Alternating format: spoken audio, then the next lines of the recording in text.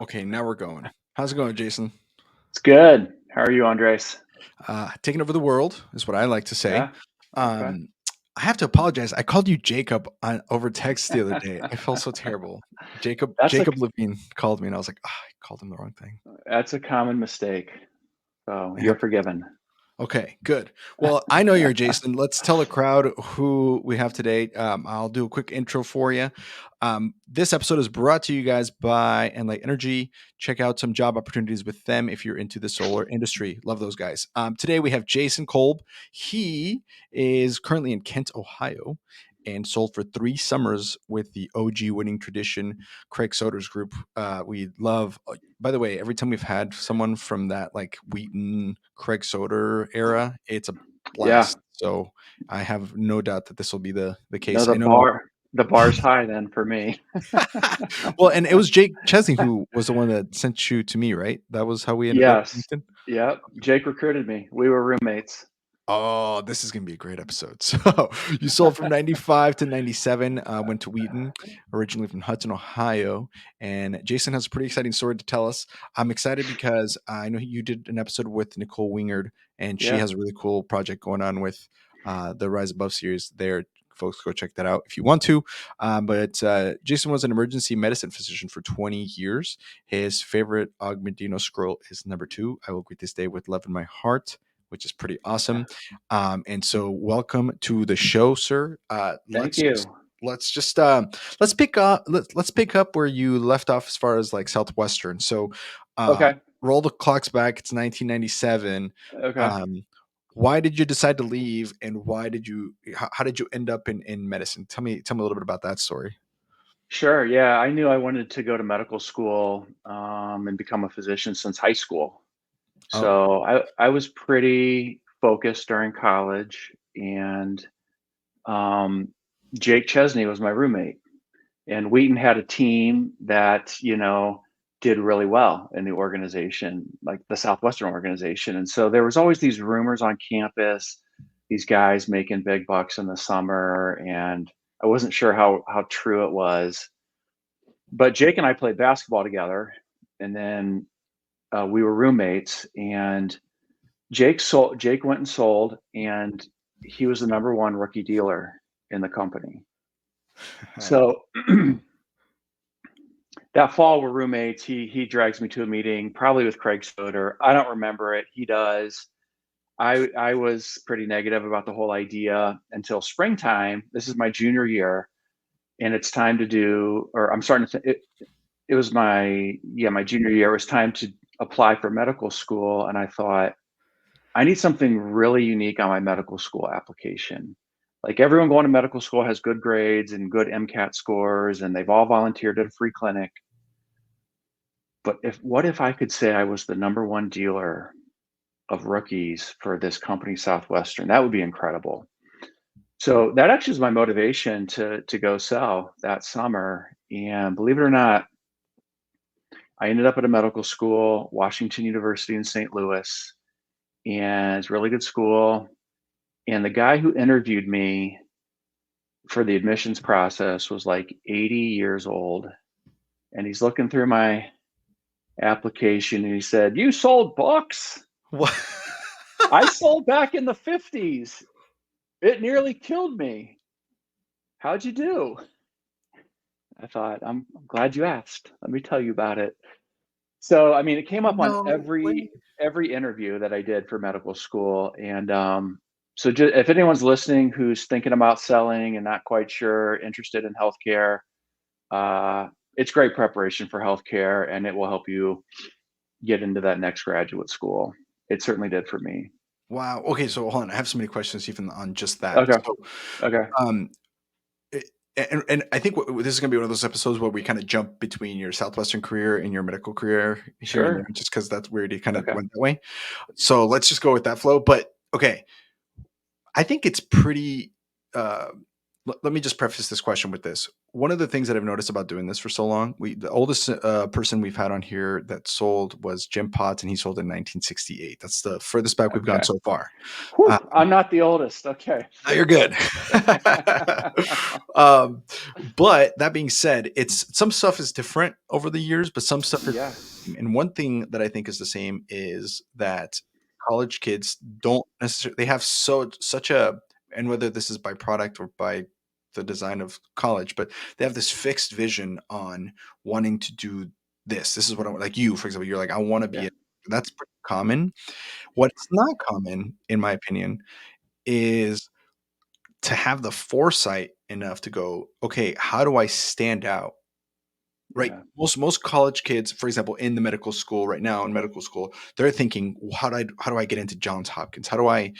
do I?" And then they go do an internship that's shadowing Yeah. some doctor in their hometown, and they think that that's amazing. But to have the foresight to think, no, no, no, no, no, med school is showing my ability in medicine, or like my prep for med school is showing it, but this is going to make me stand out. How did you have that foresight? Like, was it meant someone mentored you, or did you always think about it that way? Like, I feel like that's rare. Yeah. I no, I just I think I looked at Jake and I said, if I can do it wasn't even about the money.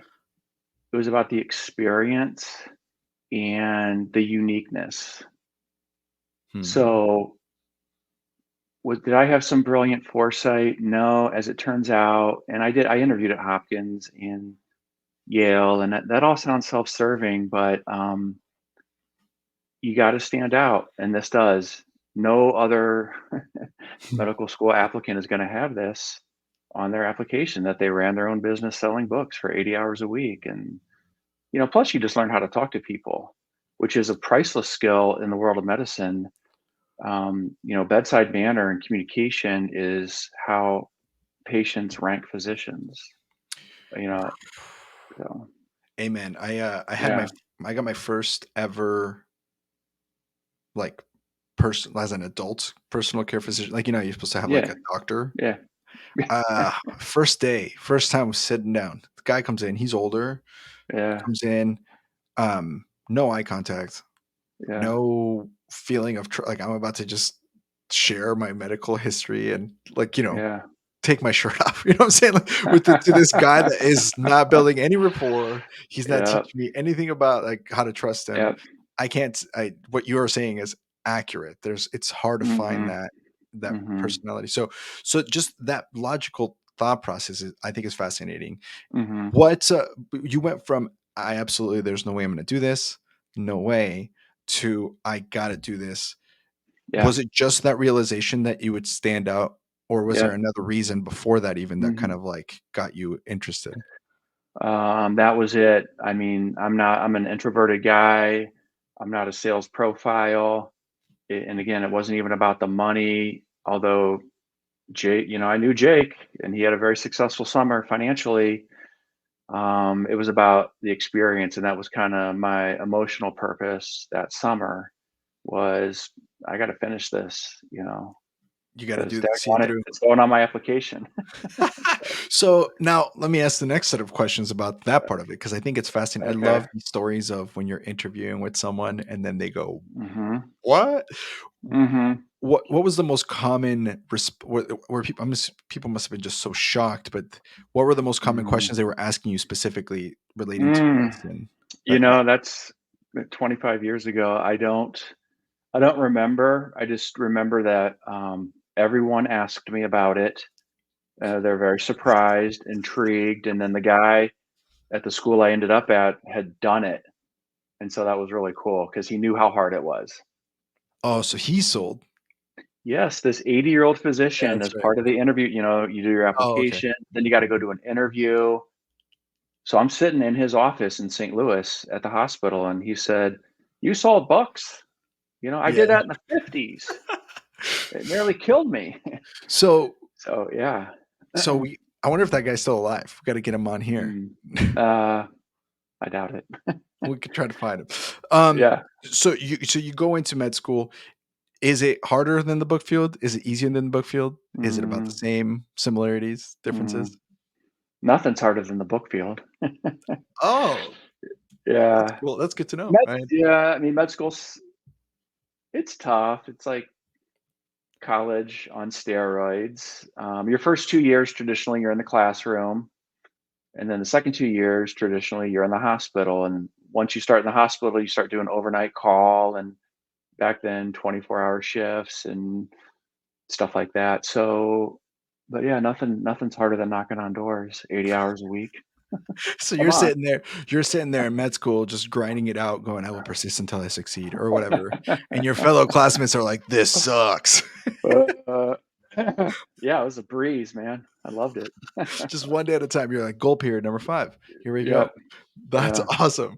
I love that answer. Now, how did you decide you wanted to go into? Because you went into addiction medicine first, or were you in the Mm. ER for how did you like, what was that ER. I did transition? emergency medicine first.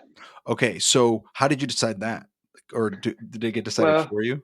no, no. I mean, your 3rd and 4th years of medical school, you're rotating through all different types of medicine like general surgery, OBGYN, emergency medicine, psychiatry, pediatrics. So you get a sense of what each field is like.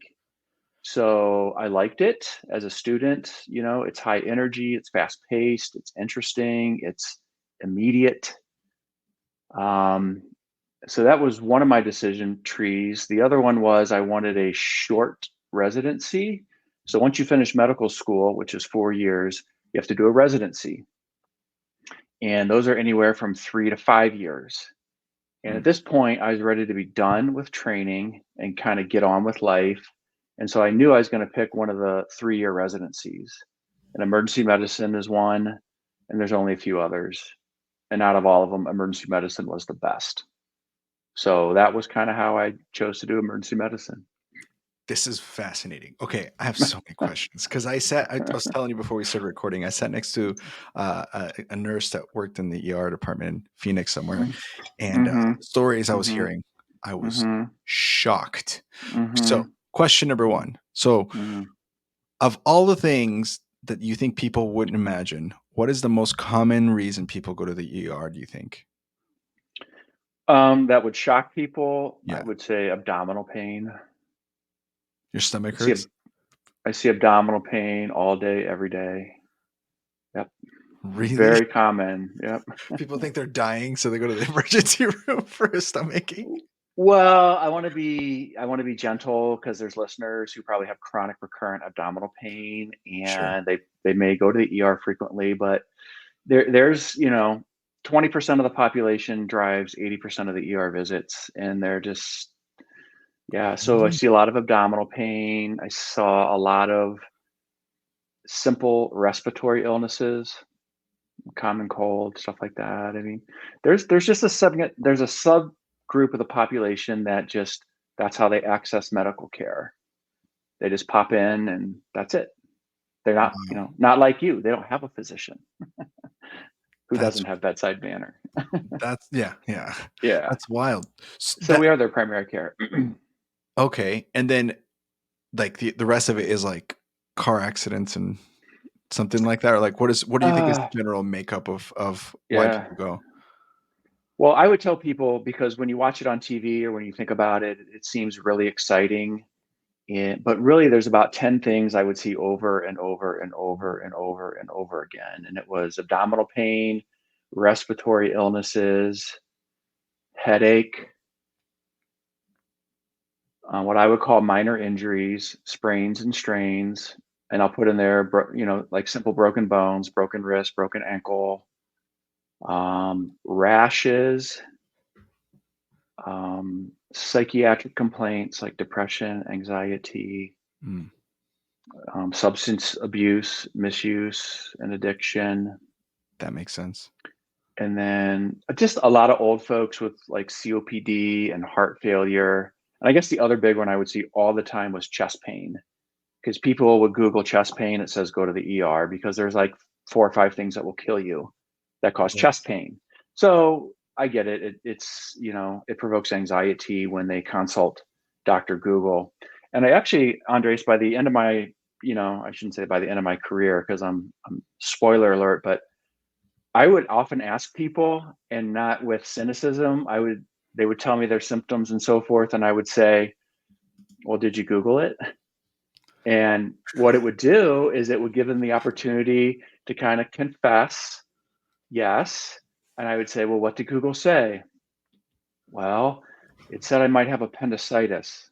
Okay, now I know what you're here for. Like, now I know what objections, if you will, that I'm going to have to answer. Like, I know the agenda that's driving the visit, or they might say they have a headache. Did you Google it? Yeah. What did it say? Well, it said brain tumors. Okay. Now it's out there because many patients are kind of ashamed to admit the real reason that they came in. So that was a way to draw it out.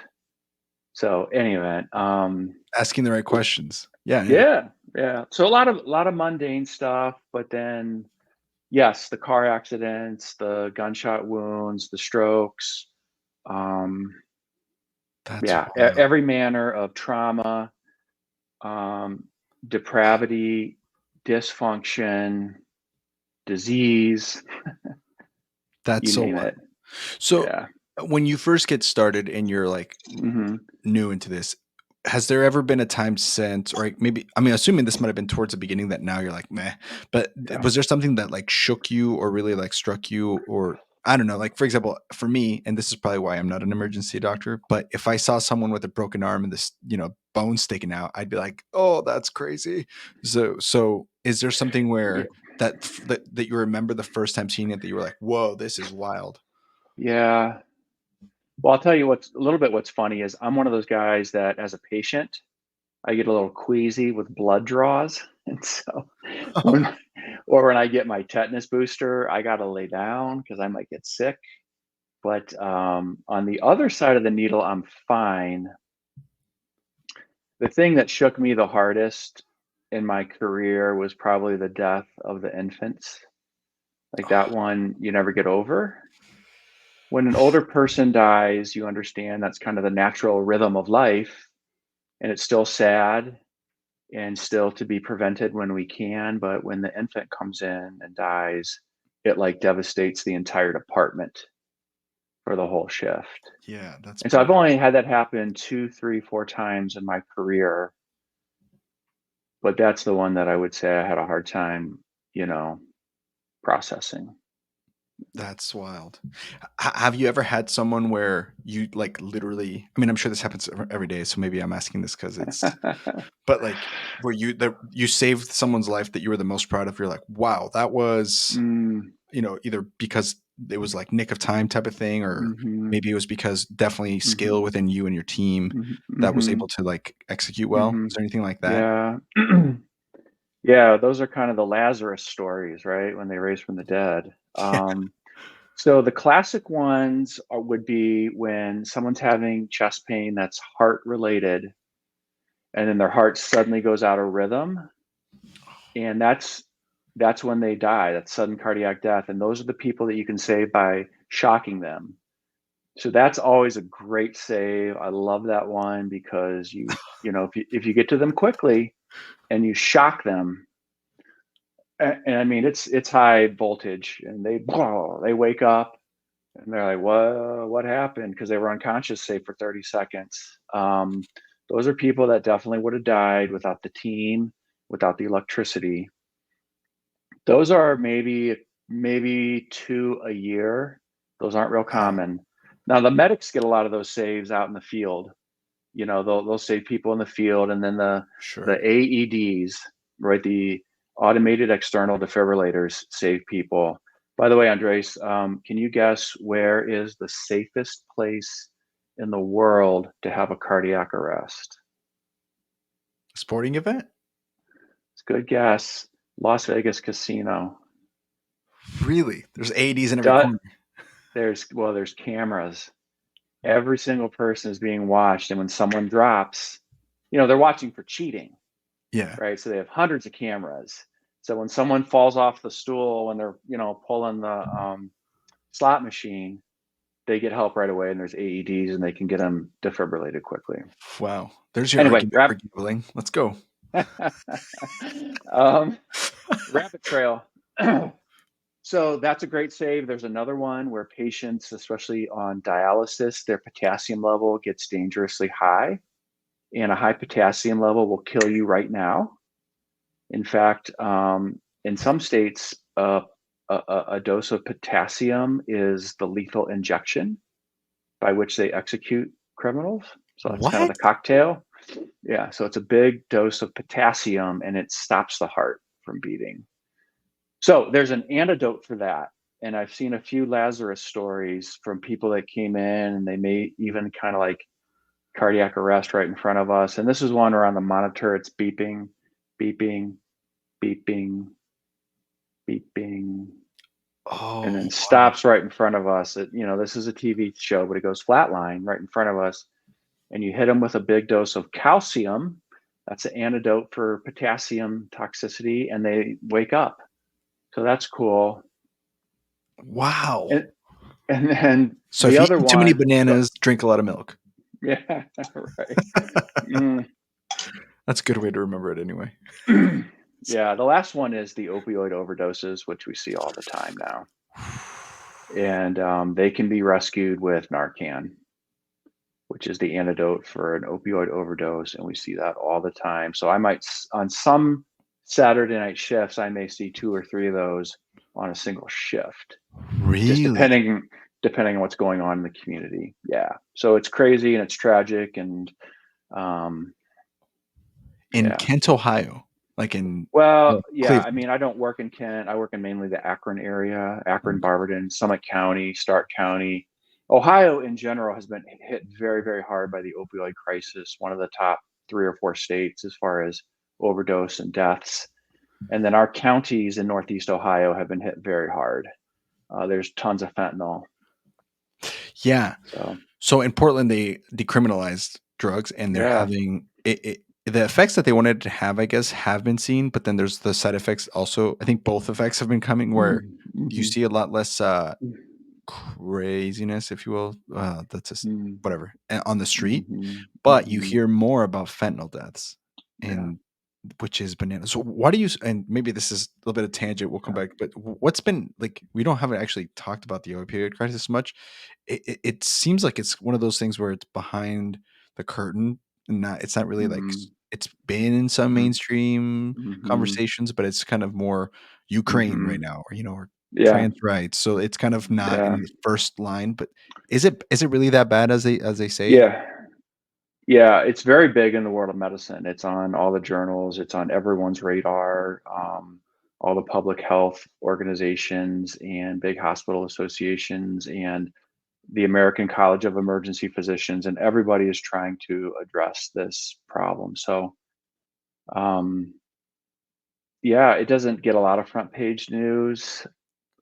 I think you're probably right until one of the big pharma companies settles another lawsuit Yeah. for their contribution to the problem. Now, I would say, we all have blood on our hands. And here's what I mean by that. 20, 25 years ago, when I was in medical school and I was being trained, the prevailing ethic at that time was very clear, and that is pain is whatever the patient says it is, and you can't measure it. So you have to rely on their self report, number one. Number two, um, opioids are safe and effective. So, number three, it is unethical and immoral to not treat pain. So, that's what I was being taught. At the same time, Oxycontin came on the market. Purdue Pharmacy produced Oxycontin, which is a brand of long acting oxycodone. And so the detail guys and gals, right, the farm reps were very effective at selling this. And they did, and we all bought it. So pharma has their role, the physicians, we were all taught this because we all believed it. So we have blood on our hands, and then the patients exaggerated or lied about their symptoms. Sometimes, not always. Many Sure. patients had legitimate pain, but they would get like absurd prescriptions for Oxycontin, far more than any human being would ever need. They would fill them, sell them, and so we all have blood on our hands for this crisis that now kills 100,000 people a year in the United States. 100,000. So it's a big problem still. Wow, that's bananas, man. It is Yeah, like a wave. It is it just comes and comes and comes. You just hear yeah, about it a lot. And yeah. after I moved to Portland, I wasn't sure if I was just hearing about it more because I was in Portland Hmm. or because it was just getting worse. But Yeah. it's Well, wild. West Coast and East Coast want to be cutting edge with their treatments for many things. And so when it comes to substance use, and correct me if I'm wrong, I think Portland, they've decriminalized it, and then they have, safe injection sites where they're providing clean needles, alcohol swabs, clean paraphernalia to cook and smoke meth. And I think some of them, or many of them, or most of them, are supervised by a nurse, and he or she has Narcan to rescue you, or if you have an overdose. And so, I mean, we could probably do a whole podcast on that. There's a real difference of opinion in the world of medicine on whether or not we're ultimately helping people. And I definitely believe that we all have the same heart. Like, we really want to help these people. And some people have that answer. We're going to give them clean paraphernalia and we're going to supervise them. And others would say, you're facilitating a destructive lifestyle here. Let's help them, but not facilitate their use by giving them a clean needle. So, yeah, big area of debate. Hmm. But even aside from that, Andres, substance use drives so many ER visits. I'm not even talking about the overdoses. I'm talking about the guys who binge alcohol on the weekend and then they fall down the steps and dislocate their shoulder and break their ankle. Like, it's Or pervasive. It probably drive. drives, again, on a weekend night, 50% of my visits are alcohol or drug related because of injuries or assault, or it triggers anxiety and depression and psychosis where people are hallucinating. So, yeah, in my world, it's a huge problem, even though it Yeah. doesn't get a ton of press necessarily every day. And no, I'm not saying that it should, but that's a little window into Into what it your was world. like to be in emergency medicine. Yeah. Yeah. Now, do you suppose that like kind of when you're selling books and the rejection just kind of becomes meh? Do you think that Hmm. you kind of get desensitized? Do you find that at Yeah. all ever like Sure. with your job? Oh, sure. Emergency medicine is super well known for burnout. Emergency physicians are at very high risk for substance use and addiction. Just, Really? well, burnout's incredibly high. And I got out after 20 years, and we can talk about how and why. But yeah, suicide is high amongst emergency physicians and substance use and misuse because you're seeing people at their worst moment. And the emergency department is the final common destination for all problems. All problems. So if you're kind of a individual experiencing homelessness, which often coincides with mental illness and substance use, and you're kind of wandering around downtown Akron, and you're not really committing a crime, but you're bugging people, and you're urinating on the sidewalk, someone's going to call 911. The police are going to pick you up. They're not going to put you in jail. You know what they're going to do? Yeah, they're gonna take you to the hospital. They're going to take you to the ER. So all problems funnel down to the ER. So we end up dealing with a difficult patient population day in, day out. Plus, it's high risk. We're dealing with risky problems like chest pain that can kill people, and stroke, and sepsis, overwhelming infection. Wow. So it is. It's exciting at first, and it's high energy, but it takes a unique person to do 30 years in the ER, 35 years. That's bananas. Now And I do that's want to true whether you're a nurse or PA or physician. Go ahead. no, yeah, no, I figured because those, I mean, it's got to be traumatic just to see so many after, Yeah. you Yeah. all of the things you mentioned is just to watch that in real time is on a for work. I get to do Yeah. this. I don't Yeah. see you do that. That's wild. Um, but so before we get into why you decided to move on and do something else, I did want to ask about maybe. Well, I guess okay. You wrote on here what your mocktail. Well, in my pre-approach, you said, "Are we sharing a drink?" And I said, "A mixed drink," Oh but I don't yes. see you sipping. Oh, I know. I didn't. I need to go grab my. I need to go grab. I forgot to go grab my drink. But No, you're what are fine. you drinking? Well, it's a Kentucky Mule, so, I mean, I'm not the negative alcohol guy, although I just talked about all the problems related to alcohol. But, there's a lot of young people listening, possibly, and there's a lot of potential harm with alcohol. So, no, I just got in these mocktails. It actually is one of your guests, Nicole Winger. Yeah. I don't know if she's an ambassador, but for this brand called Mixology. It's like Mixology, but it's SHE at the end, and Oh, it's a woman entrepreneur who does high-end, mocktail like high-end, liquor. So this is whiskey, oh, but it's completely alcohol-free, and I thought, "I'm gonna try this." So, perfect. a mule is ginger beer, I have mint, lime, and then this mocktail whiskey from Mixology, and it's really good, so I give it a strong endorsement. Sounds delicious. Oh, okay. Yeah, Alright, I love that. I thought you were yeah. talking about I thought this was in relation to the stuff you do for work, but I love that aside, though. We're not Is sponsored it by Mixology, No, nor am but we I. could be. We could be if you're listening. Yeah, If you're listening out there. Um, okay, so before we go into why you decided to leave, what uh, what are some of the funnier, let's go to the humorous side. We've talked about the okay, darkness of yeah, yeah. opioids and suicide. Some of the more funny reasons. Okay, can I ask you a question? Because the lady that I sat to on the plane one time, that Yeah, she told me some funny stories, yeah, and I need you to tell me if this is true. You don't have to tell me the story, but it might be a little. This is where it could get a little salacious. The story. Okay, yeah, she said one of the more common things, not more common things, but the things that she saw sometimes, and this would be like people who'd come in regularly, like they know them by first name, is would be people who come in because they had inserted certain objects of various phallic shapes into their uh places and orifices. yes. Is this accurate, or was she just pulling my leg about this? No, it is true. Um,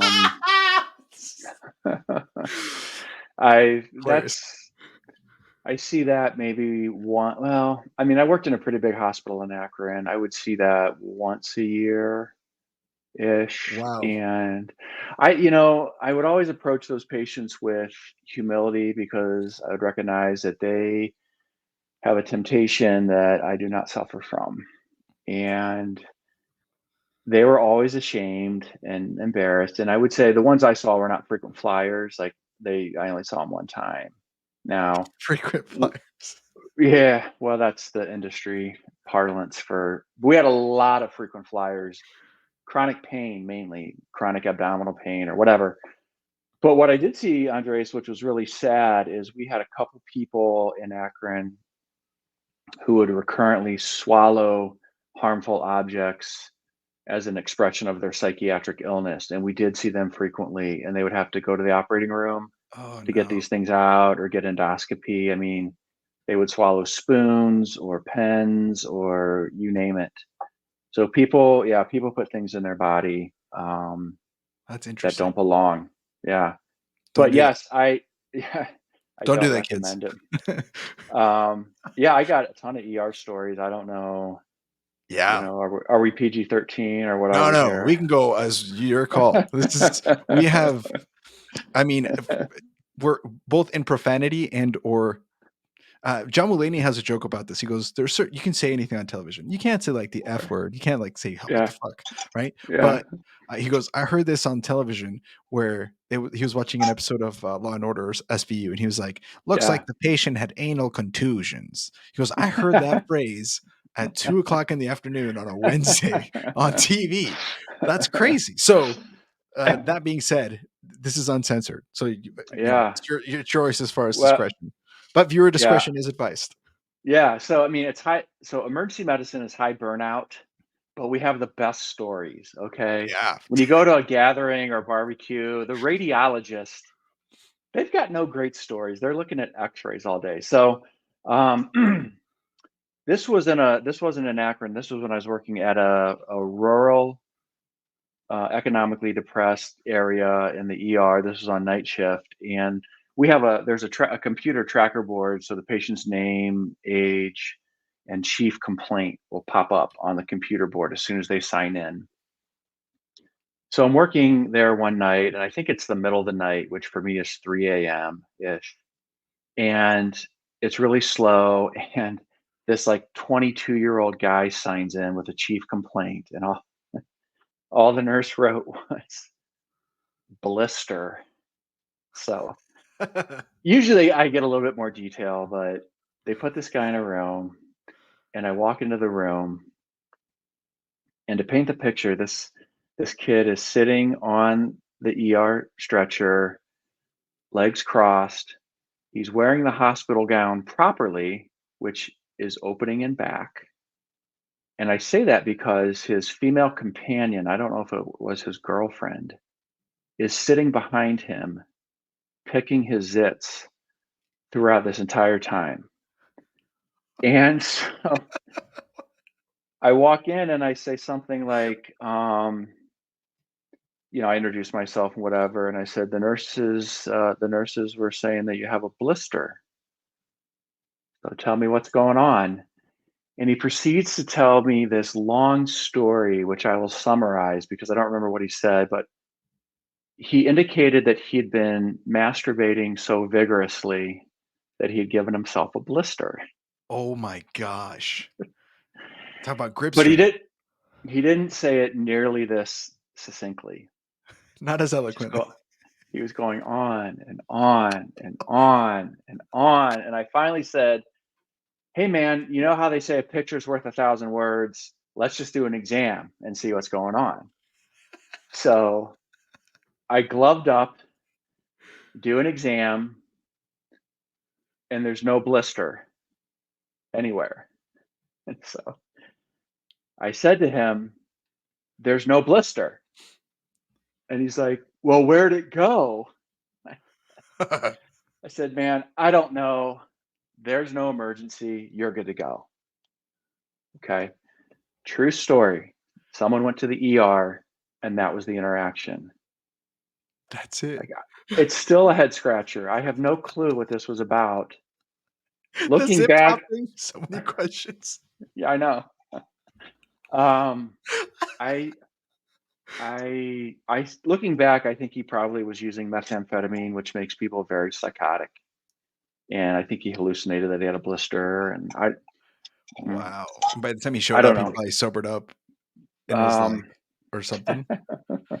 no idea, no clue. Wow. But another great story, and then I don't need That's to tell ER stories, but we need a in every podcast of ER, just ER stories. yeah, sure. In every ER that I've worked in, they have a telephone that's dedicated to the paramedics. So when that phone rings, it's the paramedics calling in, with their report. 80-year-old guy fell in the bathtub or fell in the shower. We think he broke his hip. Okay. But sometimes when that phone rings, it's not the paramedics. It's actually the 911 dispatcher. And then something's up because that means the paramedics are either running so hot that they don't even have time to call, or that someone called 911 with a crazy story and then hung up. So this was one of those cases where, again, it was late at night, as I recall, and it was the same ER, kind of a rural ER. And the nurses always take the call, and they said it was 911 dispatch with reports of gunshot wound to the head, and they're driving them to the ER. So half of me is like, yeah, right. I'll believe it when I see it. I don't see a lot of gun trauma in this ER. And the other half of me like got super tense. Like, what is this? Okay, I got to be ready. I'm by myself. It's me and the nurses. And so, no backup, no trauma team. So lo and behold, about 5 minutes later, at the at the ambulance entrance, there's this crowd of teenagers and they're on foot.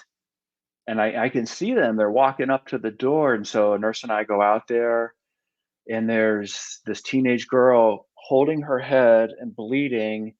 And I'm like, you and one other person come in, and everyone else get out of here.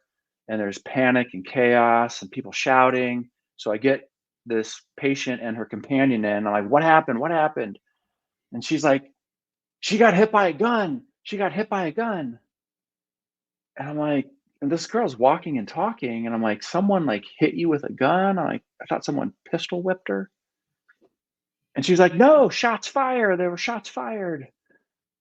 So I'm like, well, she's talking to me and she's walking. And so We got her into a room, got things settled down, and she has a small laceration on the side of her scalp that's bleeding. And I look in there and I see this like little reflective metal piece of metal looking back at me. So I cut this wound open a little bit and I pulled out a slug from like a handgun. And this What? girl had got shot and it lodged between her skin and her skull and did not penetrate her brain. And she was fine. How? I have n- I have wondered that. I think what probably happened was that it was a true story. It was a teenagers at a party and guys drove by and just fired shots into the crowd. And I think it probably was a ricochet off the ground because the slug was totally deformed. I think it bounced and by some miracle lodged in there. So she had a very, very minor fracture of her skull, no brain injury, but I transferred her to the trauma center, which is like 20 miles away. And I didn't hear anything about it until like 2 years later. I was on duty during the daytime, and there was a volunteer in there, a college aged woman volunteering, folding sheets or whatever. And she's like, "Hey, do you remember me?" I was No like, way. "No." And she's like, "I got shot in the head and you took care of me." It was Wow. awesome. What a Yeah, crazy story. I got shot in the yeah, head. yeah, Took it like Superwoman. yeah. Wow. So you'll see it all. The stories are true. My gosh. Do you get visited by people who you saved? But like, does that often Hmm. happen? Not often, but we had one night at that hospital. Like, oh, some guy got pizza. He said you saved his life. I was like, oh, what? It was. I can't exactly remember what happened, but people do come back and say thank you or write cards, and family might Wow. reach out, stuff like that. Yeah, Okay, that's last cool when it question. happens. Last question about AR before we go into why you left and what kind of. But what are like three either do's or don'ts? 3 to 5 do's or don'ts that people should know when it comes to going to the emergency room, or like reasons to when is a good time to visit, when it's like just Mm, take some Advil and deal with it, like differentiation of mm, that. yeah. Wow, that's a huge question. Don't go on a Monday afternoon. That's the busiest time of the week by far. Is this across all ERs, do you think, or Oh just yeah. the No. Oh yeah. Nationwide, Mondays. why? Very busy. That is so odd, very Because specific. people, I got this stomach ache and it's killing me, but I'm not working this weekend. I'm going to go to the barbecue. I'm going to watch the Browns game, and then Monday, I got to get this checked out. I can't go to work. I got to get this checked out. Wow. So that's one thing not to do. Um, Monday afternoons. yeah, I mean, we're used to it in the ER. We understand minor complaints. If it's a minor complaint, understand that we're trying to triage people, and especially now, there's a massive, massive nursing shortage, and so like triaging who's sick and really needs to be seen versus who can wait 2 hours is very, very difficult. I'll tell you, at where I worked, it wouldn't be uncommon for us to have 40 people waiting in the ER at midnight, waiting in the waiting room to be seen. 40 people and two physicians on duty and one Wow. PA or NP. So yeah, yeah, Wow. I would say just be honest. I would say if you go to the ER, be honest and be upfront and say, I'm here. I have these headaches. My aunt just died from a brain aneurysm and I'm worried that I have one. Okay. Thank you for telling me. Now I know why you're here. Because 50% of my energy often is trying to figure out why are they here? I have Sure. stomach pain and I Googled it and I thought it was appendicitis, but they don't tell me that. So then I don't know how to answer their objection. So yeah, just be right up front. Your provider will totally appreciate that you come in and say, hey, I'm here for just spill it and we'll Even get if to it's the bottom of it. embarrassing, like Yeah. especially if it's embarrassing, probably. Yeah. Like if I have a rectal foreign body and I can't get it out, just tell them right up front. Rectal foreign body. I fell on it. I Yeah. all right. No one has even tried to RFB. make up a story. Yeah. We're gonna let's give me a new one. RFB. I have an RFB. Yeah. Rectal for it's a cucumber. It's an apple. Yeah.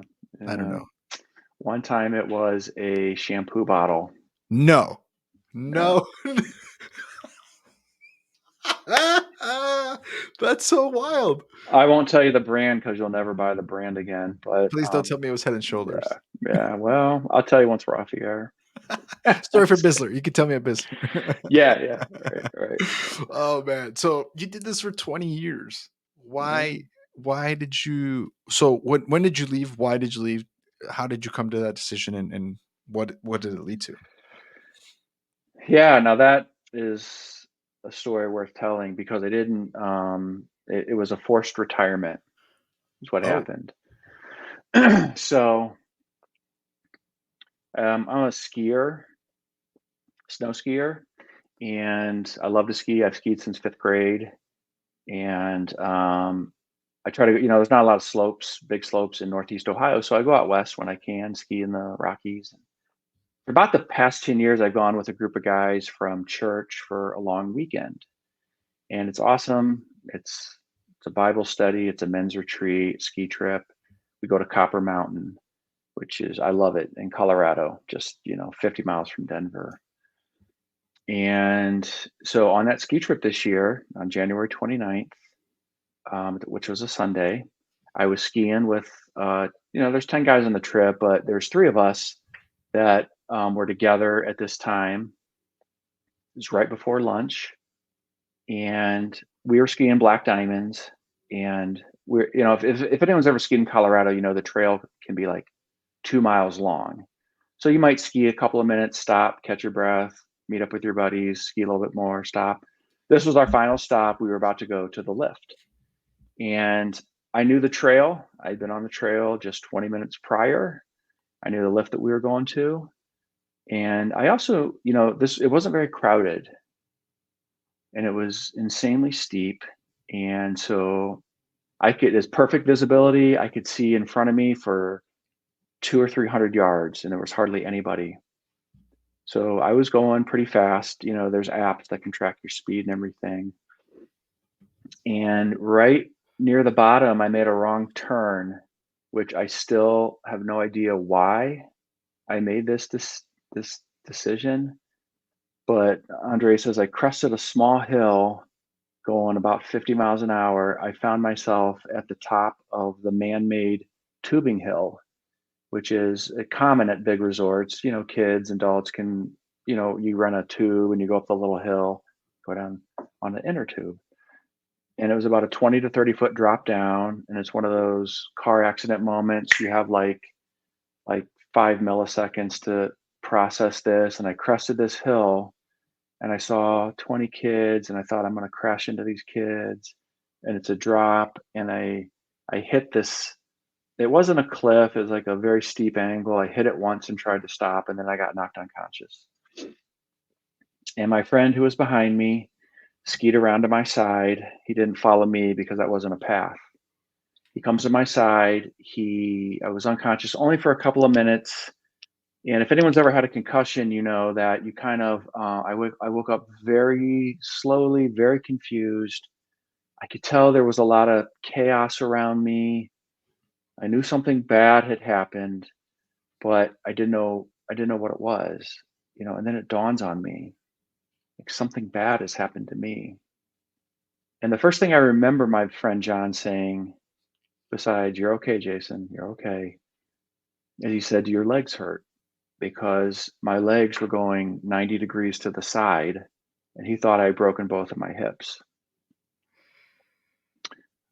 Well, they didn't hurt. uh-oh. And I slapped my right thigh and I couldn't feel it.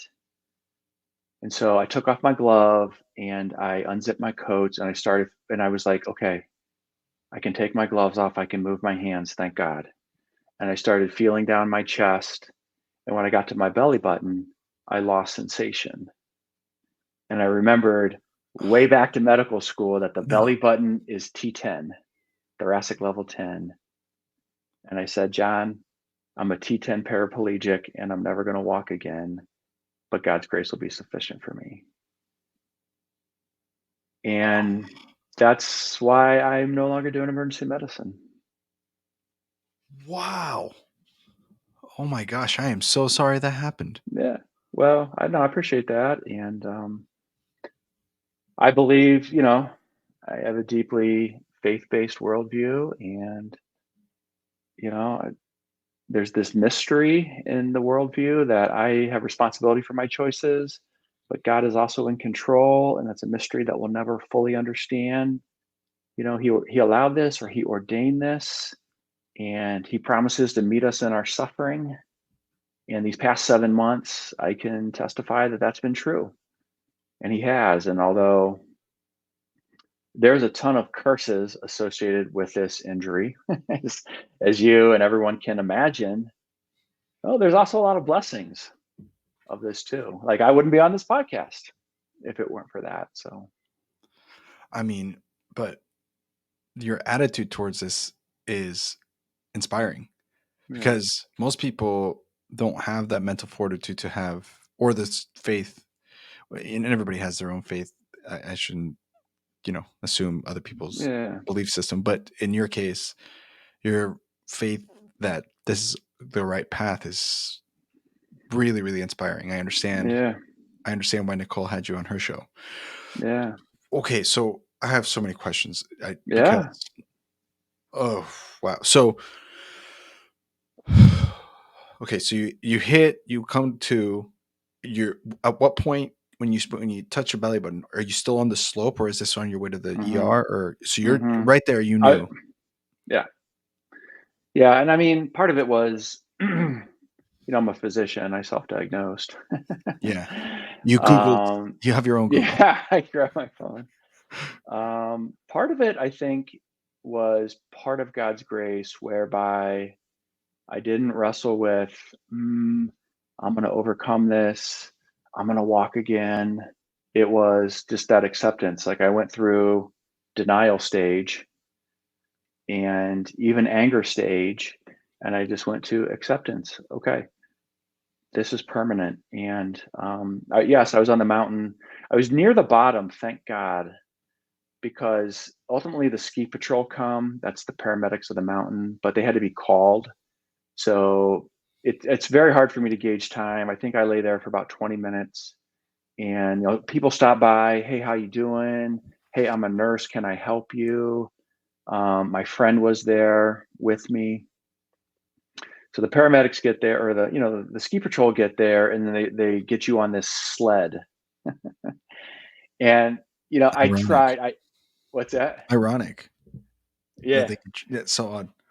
yeah. Well, that's how they get you down the mountain. Sure. So the ambulance was waiting down at the bottom, but I just tried so hard to be a good patient. I knew I wanted to be a good patient, but part of their protocol is to immobilize your neck, right? So they have this neck collar that's rigid, and they put it on me, and it clearly was made for like a kid, and it's choking me.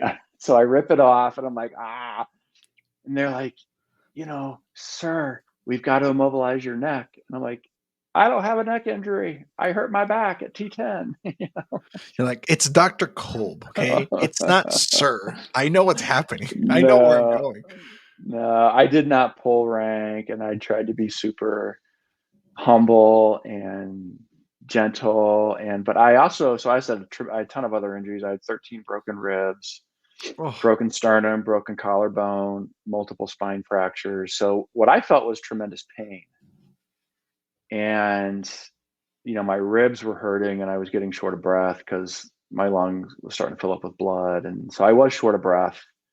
And they tried to put oxygen on me, but it felt like it was choking me, so I ripped that off too. And I'm like, sorry guys, I can't breathe. So anyone, if anyone's listening and they're an ER provider, they know I was that patient. I'm taking stuff off and begging for water. I don't know why. Every patient, the first thing they ask for when they come to the ER is, can I get water? And the answer is wow. no. So, Really? well, in my case, I knew, it was pretty obvious that I would be going to the operating room as soon as possible, and they want an empty stomach. Oh, So true. you're not eating and you're not drinking. Yeah. Oh, So I had heart surgery and I was 6. Mm. Mm. Open heart whole thing. Wow. What did you have? ASD. Yeah. Yeah, and it's like Okay. 10 millimeters. So it's pretty significant. Wow. Yeah, it was a big old hole in there.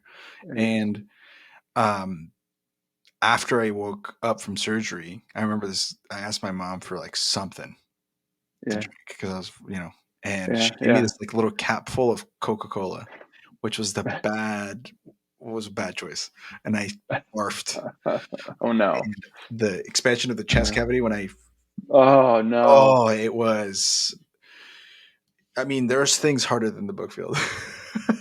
There are things harder than the Bookfield. Medical school is not one of them, No, med school's not. but barfing after open heart Major or surgery and or permanent yeah, injury is yeah, one of them. yeah, So, yeah, okay, so now this is January 29th, Sunday, on a Sunday.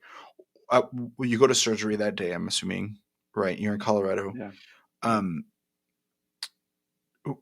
when you go to the ER, being so used to being in that environment, were there things that being on the other side of it that you didn't recognize, that Mm, maybe 20 years of being on the other side, you kind of yeah. like, was there anything like shocking or that maybe it was different or something like that? Or was it all pretty like it's typical? No, no. I mean, all my caregivers were wonderful, and my friend John is the one who told him he's an ER doctor, just so you know. So that word gets out really quickly.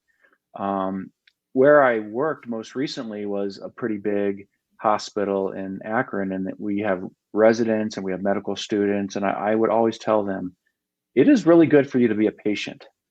You should become a patient in the ER. Like, I wish you no harm, but maybe something like a kidney stone or a broken ankle, because you need to be on the other side of the gown to know what it's like. Yeah. Break your ankle. That's how Yeah. you really pass med school. That's how you become a better physician. Wow. So, I mean, I've had a few kidney stones over the years and I've been, the patient. So everyone was great. For me, the medics were very good who transported me to the ER in the mountains because the ski resorts are like 50 miles away from Denver. Yeah. So this was a relatively small hospital they took me to first. And the ER team was great and the doctor was great. And I knew what was coming. Like, I knew what the trauma evaluation was. I'll give the listeners a little insight that they may not know, but when you're a trauma patient, they cut all your clothes off. So naked you entered the world, and naked you shall enter the trauma bay. So everything gets cut off so they can see all of your injuries and or evaluate you for all your injuries. So I actually barely remember that. Speaking of fentanyl, they gave me a squirt of fentanyl in my nose in the ambulance. I don't know that it helped much, but I was grateful for it. Wow. But I rolled into the trauma bay. It was really quiet. Like, they knew I had a serious injury. I had a spinal cord injury. They knew I was part of the brotherhood and sisterhood. I was an ER doctor. So they kind of all, I'm sure, imagined being in my spot. And they did their trauma evaluation. And the doctor said he was going to intubate me because they had to transport me to Denver by ground because the weather now was bad and they couldn't fly. So I remember sitting there and I was like, fine, intubate me. That's when they put the tube down your throat to breathe for you and Yeah. sedate you. And I remember him going through his checklist, just like a pilot checklist before landing. Here's plan A, here's plan B, here's my backup plan, here's my backup equipment. I'm using these meds. And the last thing I heard him, he called for ketamine, which is the medication to sedate me. And then I woke up the next day in the ICU in Denver. Dude, that's wild. So now it's the next day. You wake up. How do you feel? Like I always I can't imagine what that is like. I've never had to go to the emergency room. Thank God for Yeah, those kinds of reasons. yeah. Yet, life is life is anything can You're happen. But young. yeah, I could. I still have never been skiing, so anything could happen, I suppose. Yeah, But like, yeah, but what do you when you wake up?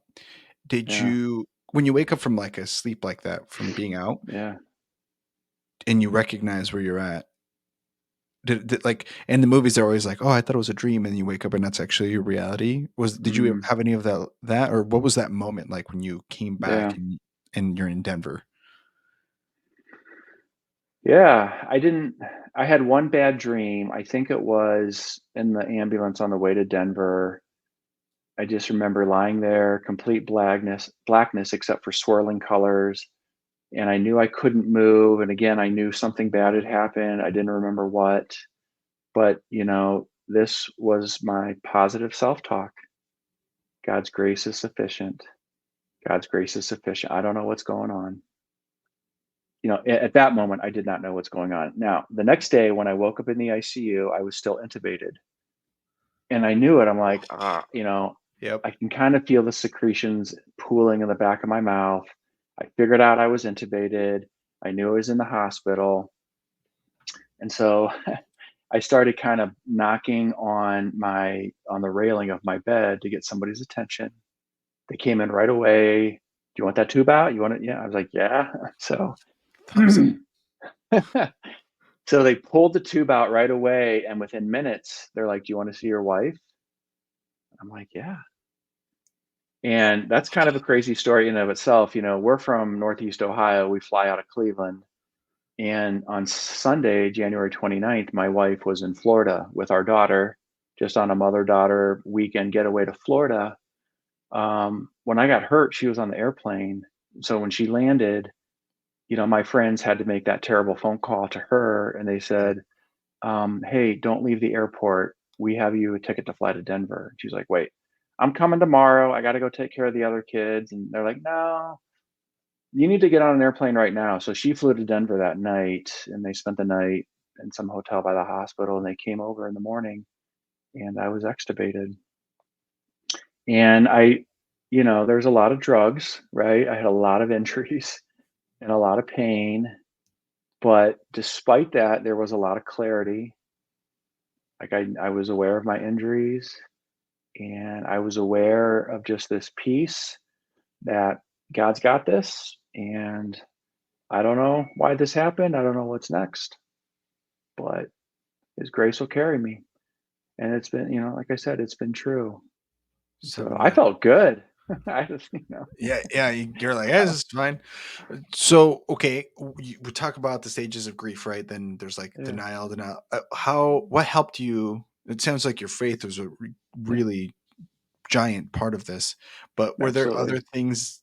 And I mean, and I would love to hear about how your faith played into this. sure, But what other aspects, with your along with your faith, helped you get to the point of acceptance, or have you? I mean, maybe I'm yeah, assuming like what yeah, to get uh, to like, all right, this is yeah, my life now. yeah, yeah. No, so just blessed with a wonderful family and a wonderful wife who, I mean, this poor woman has learned way, way more about anatomy than she ever wanted to. Because, Yeah. not only do my muscles not work below my belly button, nothing works below my belly button. So there's all those issues about how do you go to the bathroom. So she has just been incredibly awesome. And, sometimes these major traumatic events drive families or couples apart, and this has only driven us closer. And so family has been huge. And she was out there. I had 2 months of recovery in Denver. She'd be out there for about a week, and then she'd go home and take care of the kids. And then my brother would come out for the off week. So that was amazing. My brother and I have always been on very good terms, but man, our relationship got so much deeper. Plus, this huge community of people through school and church and neighborhood have just surrounded me. And that felt so good to know that I was cared for. Mm. And, they raised a lot of money, and I'm super grateful. But even beyond the money, it's people that are taking care of Amy and making sure the oil gets changed in the car. And, you know, hey, I don't know, I can't get the fireplace lit or the furnace. I mean, just everyone that rallied around us was so gratifying. And then, my job took good care of me too. Um, they kept me on medical leave, full-time medical leave, so I can access benefits. So, I mean, as far as a spinal cord injury goes, like it couldn't really get any better. And, I was at a hospital dedicated to spinal cord injury patients and traumatic brain injury. So I saw the whole spectrum of people who had great support and great attitudes versus like very little support and very bad attitudes. And I don't judge them. I mean, this is a devastating, Yeah. life altering injury that happens like that. And in a moment, you become disabled and like severely, like life changes forever. So it was my faith, my community, and my caregivers. I mean, these are the most wonderful, kind hearted, gentle, enthusiastic, encouraging people that I've ever met. My physical therapist, occupational therapist, um, dietitian, physician. It's called Craig Hospital in Denver, and I can't say enough good things about them. So they all surrounded me and rallied me. And 7 months later, I'm excited about tomorrow. There's tons of things I'm looking forward to. I still, I cried, Andres, that first month every day. I cried, Yeah. and sometimes for a few minutes, sometimes for 20 minutes, just kind of tears of mourning the loss. I never had the stage, and I don't know why. It's not because I'm a great guy. I never had the stage of why me, God. If you're all powerful and all loving, you could have prevented this. I never had that, but I did cry, and I still do occasionally, a couple times a month. But most days are good days, and I'm going to my daughter's volleyball game and swinging a golf club again and going out to eat and kind of taking this. I've been home for 5 months, taking my time, like, what's next for me? I'm not going to do emergency medicine. I can't. I can work with my mouth, with my words, in other words, and my hands. I can write and I can speak, and I can do addiction medicine, which we could talk about that, but that's a Yeah. huge need. And it's sitting with patients in an office and talking about their life. And then there's a few medications that can be very effective tools to help people recover from their addiction. And they're tools, they're not a cure for their alcohol use or opioid use or what have you. So yeah, I'm excited. I mean, I love my life. It's good. It's hard. It's like any marriage. It's like any parenting. It's like anybody mid-career that's making a change, whether it's um, planned or unplanned. Wow. But thinking about this show has brought me back to all the Southwestern stuff, and it's been fun to think about attitude and Yeah. self-talk. And you know, I was just about to today, ask you, like, how's your Southwestern brain? Because we never really lose that, right? I mean, we get no, things happen to us in our life, no, but then we still go back to all right, yeah, three positives or whatever. yeah, Like so. yeah, How have you? yeah, Uh, how has maybe that experience helped you, and maybe how yeah, if it's hindered you at all? yeah. Um, But it hasn't hindered me. I think it's helped me. I mean, positive self-talk is important, right? You got to say the right things. Um, with spinal cord injury, some people recover. So I'll give you an example. When I was at Craig in those 2 months, I saw a woman who was probably in her early 60s come in quadriplegic from a ski accident, and she walked out of there without a cane 2 months later. wow. Now, her injury was not like mine. Her injury was she bruised her spinal cord and her spinal cord healed. And between the natural healing and her hard work with her therapist and her good attitude, she walked out of there. Now, had she been depressed and laid in bed and not done what she was told, her spinal cord still would have healed, but she wouldn't have had the muscle strength and the skills to be independent.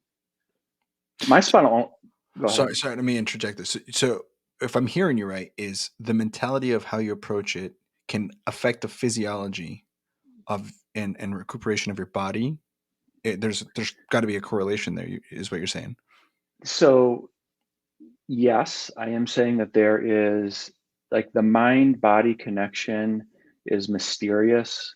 We don't understand it. We probably never will. But in her case, and in cases like that, I'm saying no. Her spinal cord injury would have healed itself.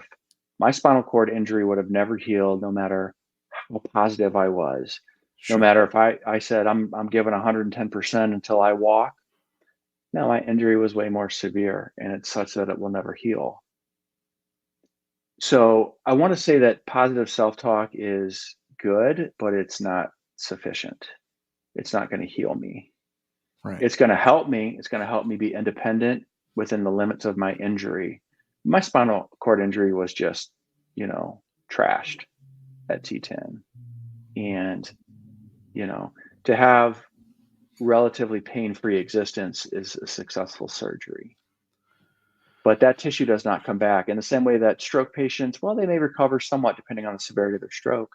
But a severe stroke where the brain tissue is dead, it's not coming back, Yeah. no Just matter how positive the attitude is. But a positive attitude is a critically important tool in recovering to the limit of your physiology. I see what you're saying.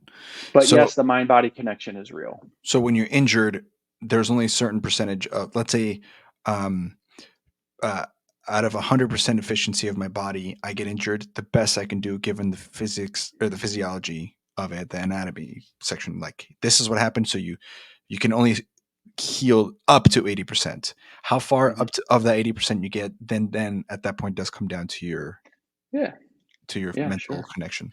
I sure. love that. That's beautiful. Yeah. Okay. And Mhm. so sorry, I interjected there. So you're saying the positive self-talk. What else kind of helps Just hard move that? work. Yeah. Um, hard work. Yeah. I would say those are the two things. Have you what are some of the things as you're coming to terms with this and kind of really starting to understand life after this event? What are some of the things, because you saw people who were paraplegic probably decently regularly, I'm assuming, given your line of work, or probably more Yeah, common than I would meet people who true. who have your injuries or similar injuries. Is there an aspect of the lifestyle that you now have that has shocked you, or that has like not what you expected, kind of caused Yeah. a revelation on people with a disability like yours? Yeah. Sure. I mean, before my injury, and maybe like some of the listeners, you'd see somebody paralyzed and you think, oh, their muscles don't work and they have no sensation. And that's half the truth. The other half is that nothing works, right?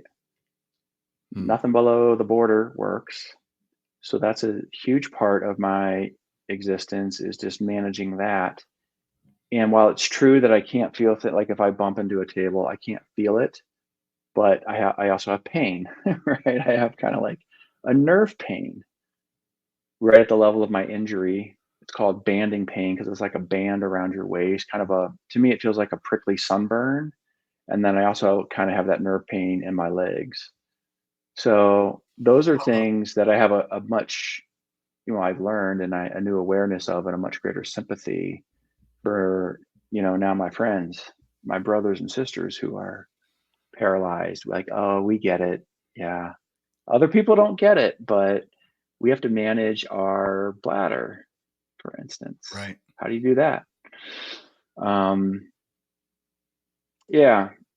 So the patients I would see in the ER that had spinal cord injuries was maybe in that trauma bay those first 30 minutes, and then they're shuffled off to the operating room as soon as possible. Or I'd see complications, mainly which were skin breakdown. Because unlike you, and not picking on you, but when you can feel when you're sitting, you kind of constantly move and you constantly shift because you get little sensation of discomfort. If I don't pay attention, I'll sit and not move for an hour and a half, and that puts pressure on my skin. So I kind of constantly need to be moving or kind of lifting myself up, or whatever, shifting my weight, because skin breakdown is probably the biggest threat to my health, because then it gets infected and all those Wow. consequences. So Yeah, these are the things that people don't yeah, think about.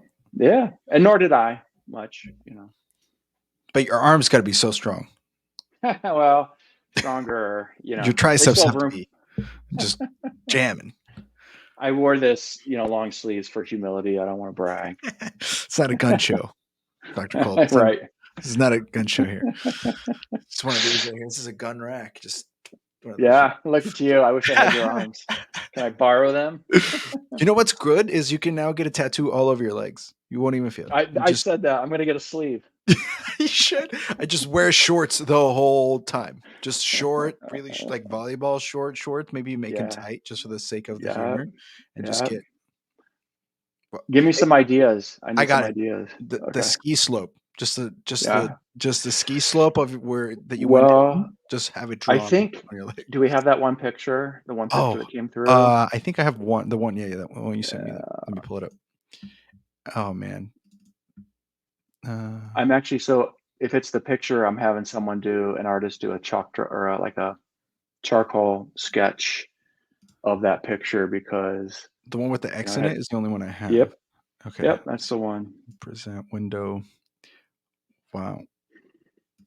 Oh, here we So go. my family came out to visit. I'm just setting the stage for this picture. My family came to visit. It was their spring break, so maybe 6 weeks, 7 weeks after my injury, and that's from the bottom of the hill. So we pulled into an area that we weren't supposed to have a car, but we're like, I don't care. I'm paralyzed. I'm doing what I want. That's at the bottom of the hill, right by the lift. You can see the lift just to the left of the X. And the X is where I fell. And immediately to the left of the X is the tubing hill. You can see those kids. And then up above the X, there's a yellow sign Right there. Yeah. and a smaller sign. It doesn't really give the scale of how far I came because that's 20 to 30 feet down and probably 50 yards from Oh, that I see. sign to the X. The This scale is right. tough. This is vertical. This part is Mhm. vertical. Yes, that's the drop I went down, and then it's Oh, flat. I and then mean, flat flat, at the end. flat. So I like slammed into the ground there, and then the hill up to the left is the hill I came down. Right here. So you came Yeah. down this, and then for some reason you went off this, and this is Yep. a 30-foot drop. Yeah. Wow. But Andres, to me, this is sacred ground because this is where God saved my life. You know, I could have died, and I believe Yeah. it's where He called me to suffer for the sake of the gospel, and I'll do it. I'll run the race, whatever it is. It's not the race that I would have picked for the second half of my life, but it's the race I'm called to, and I'll run it.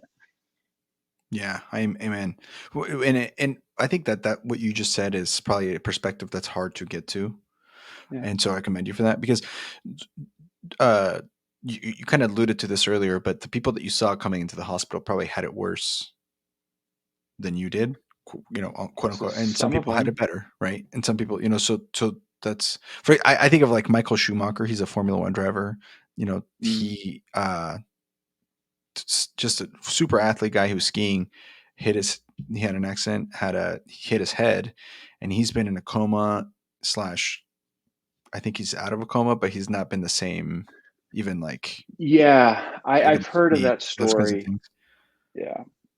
So So his injuries were such that he probably never could have recovered, but I don't know. I shouldn't speak. I don't know anything of his story, but I've heard a few people allude to yeah. it. Well, and I guess I'm just bringing that up because I'm trying to like relate to something similar. It's hard to relate to something like this. I think is the biggest, which is why I'm so curious. And thank you for sharing all this Hmm. because I think it's Yeah. especially so recent. I think it takes a lot of courage. But the only thing I have to remember is so when I had heart surgery, the night that I got hospitalized, so I was hospitalized on a Monday. Surgery was Wednesday. Went home on Okay. Friday. Okay. Monday night, I'm sitting. I actually wrote about this on my book, by the way, which I want Mm, to hear about what you're writing about. But yeah. um, I remember I get there and this where it's I don't have my own room. I'm with another girl and we're staying there overnight. And she's like, "Is this your first time?" And that's a Mm, question I hadn't, even as a 6-year-old, had not imagined. I mean, the connotations of that, right? It's like, yes, mm, but you're hmm. asking like it's not your first time. Right. And she's like, Right. "It's not." And so she like shows me her chest and she's got Mm, 2 scars already. mm. One's like older and the other one's scabbing. And I'm like, well, maybe it was just Wow. one scar. I just remember thinking like, this might not Wow. be my only time doing this. And Yeah. so in my head, I'm like, I was even as a 6-year old, I still remember this going, okay, well, at least it's not my second time. Like it could be Yeah. worse because going through Yep. that again would be scarier. I feel like than just Yep. admitting that it's happening to you as it's coming. Yeah. So I think what you touched on there was where you're saying, hey, I could have died. Yeah. and instead you're here and you get what the future is still uncertain as to where this is going, and maybe you have a more a general idea of what you want to happen or some Yeah. how your life's changed. I wanted to ask you about that, but at least you're alive, and I think that you saying that is really it's really cool that you have that perspective. Yeah. Yeah. I think there's another way to cope, and that's to recount your blessings. Um, and I had so many. I have use of my hands, which is a huge blessing because I see the quadriplegics that don't. I have friends that surrounded me. They raised money to rehab my home and buy me an adaptive van. And I know people don't have those resources. So you just tick them off. And I'm not denying the reality of my loss of function, but I'm choosing to focus on all the ways that I have been blessed. And, psychological trick or whatever, maybe spiritual truth. I, I absolutely, but it's the best way to live life, you know? Yeah. How do you let me ask you about that actually. This is an interesting topic. How do you cope, or what experience you have in the last few months of this, of being able to balance accepting reality while still maintaining perspective like that? Because I feel like that, Hmm. in Southwestern, we a lot of conversations on this show have been a lot about like how when you were selling and they were like only positive stuff, don't puke down, like all this like it's Hmm. almost toxic positivity, but Yeah. there's got to be like a balance of like, hey, we got to take ownership, I guess, of the negatives so that we can overcome Yeah. them. So, can you tell me about Absolutely. your perspective on that? Yeah. That's a really good question. And like early on, when I was doing some updates, we use this platform called Caring Bridge to tell our story. It's like a blogging site for injury and illness. And my brother said, hey, Jay, you're so positive, be realistic. Like, okay, because you do have to have that balance. And so, you know, I don't want to sound like a broken record, but my guide is the Bible. And when you look at that, you see the writers of the Bible crying out to God, their anguish and their confusion, their anger and their questions. And it's raw, almost, but not quite to like insulting God because they're suffering so badly. But then at the end, they would always go back to praise. And so that's how I interpret what we were just saying is, hey, when I need to cry about like a couple of Sundays ago, it was so nice, and I just wanted to go play golf, and I realized I can't. I mean, there's some adaptive equipment and stuff, but I'm never hitting the ball 300 yards again. Like it really bummed me out. So I acknowledge that, and if I need to cry, I do. But then I recount my blessings, um, and so I do. I have that balance, and I recognize that suffering. That's the hardest question that I never really had to address until I was 49 years old. I had lived this adversity free life. And again, not because I'm a great guy, but I had a good career. I had a great marriage. I had a very good family.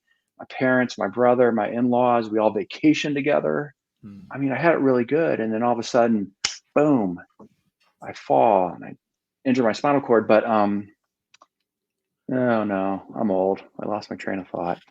No, it's all good. We're going Oh, back to the some yeah. suffering. Yeah. Why do we suffer? Some suffering is because of our own.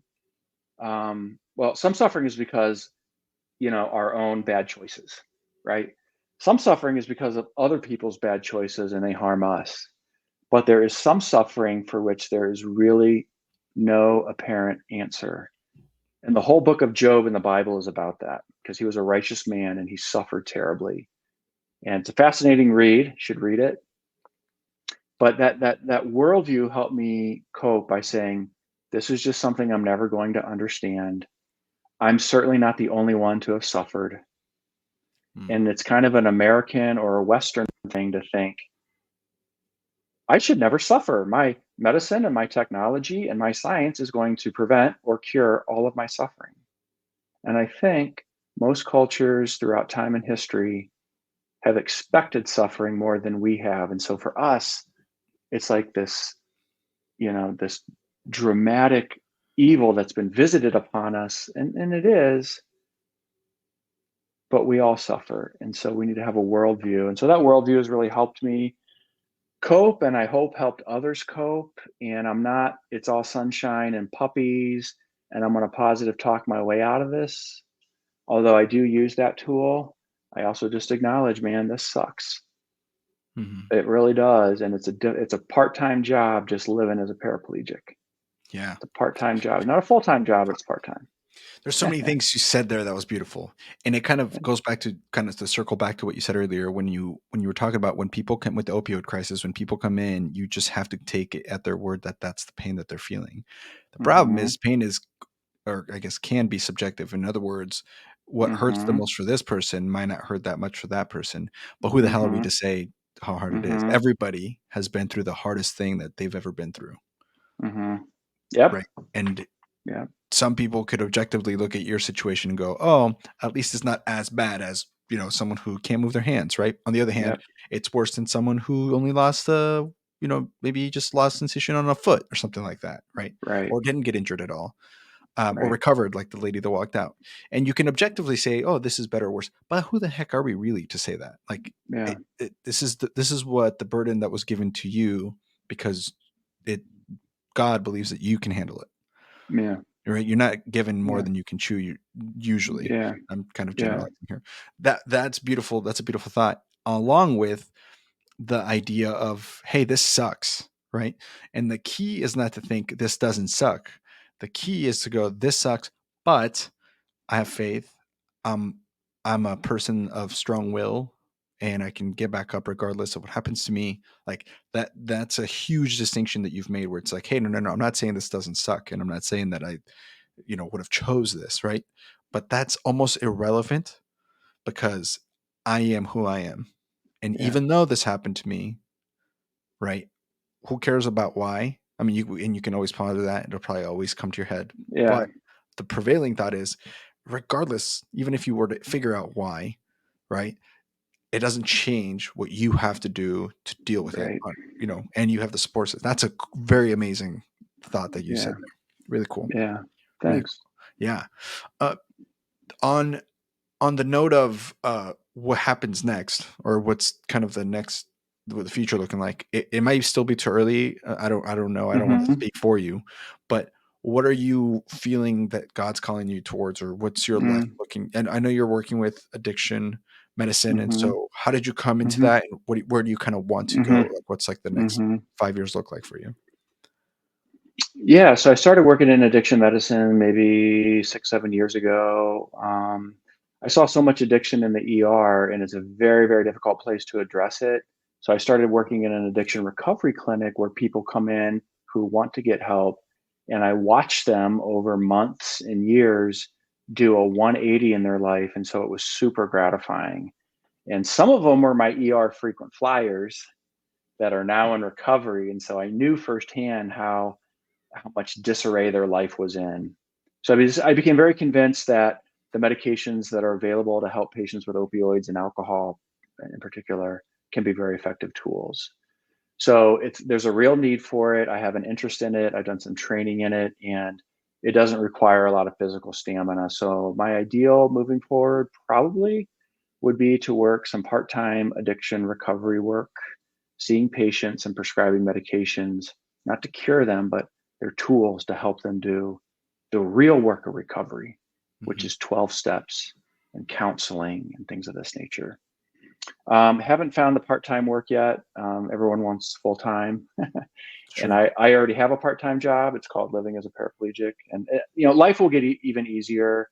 Many paraplegics who are 5 years out are like, I can do everything that anyone else can do. And most of them work full-time jobs, but I'm at a life stage where I don't need to. So that's on the horizon. Stuff like this, Andres, again, thanks for having me. I'm so excited to be here. It's been fun. I've done a lot of speaking at churches, schools, AA meetings, fundraiser golf outings, couple podcasts. That's been a lot of fun. I'm humbled that people want to know my story. I sometimes I just feel like a ski bum who made a wrong turn. Like nobody cares, but No. I'm also ignorant enough and arrogant enough to try to write a book with a collaborator. Yes. So I was going to ask you about that. Tell yeah, me more. so So out in Denver, an old friend from our church here in Akron has had quite a story of suffering herself, and that turned into a blog. This is 12 years ago. How she grieved through a blog, which turned into a book, which turned into a career. And so she's published about 15 times, and sometimes as a collaborator and sometimes as her own stories. And so we engaged her to collaborate. And the ball is currently in her court. She's putting words on paper, but we've talked about it's going to be the story of skiing and suffering and sufficient grace. That's my tagline, but I don't know what the title is. But just to tell the story and how to cope and worldview and Are you going to yeah, talk about addiction in it? I'm not sure. I'm not sure if that If you theme do, fits. if Yeah. it works in there somehow, slippery slopes. That's the name of Okay. the book. That's Oh, man. good. Isn't it? For all context Slippery involved, slopes. Yeah. slippery That's a great slopes. one. I'll do a second book called Slippery Slopes. Yeah, there you go. But you Have you wrote a been able book. I did write a Yeah. book. That was up until now, that's been the hardest thing I've ever done so far. Okay. But, Cool. it's more about my family moving to the United States from Mm-hmm. Colombia because we were Mm-hmm. gonna get murdered. It's a whole thing. Um, Yeah. that's a good reason. Thank It's a God. it's a Yeah. good reason to leave.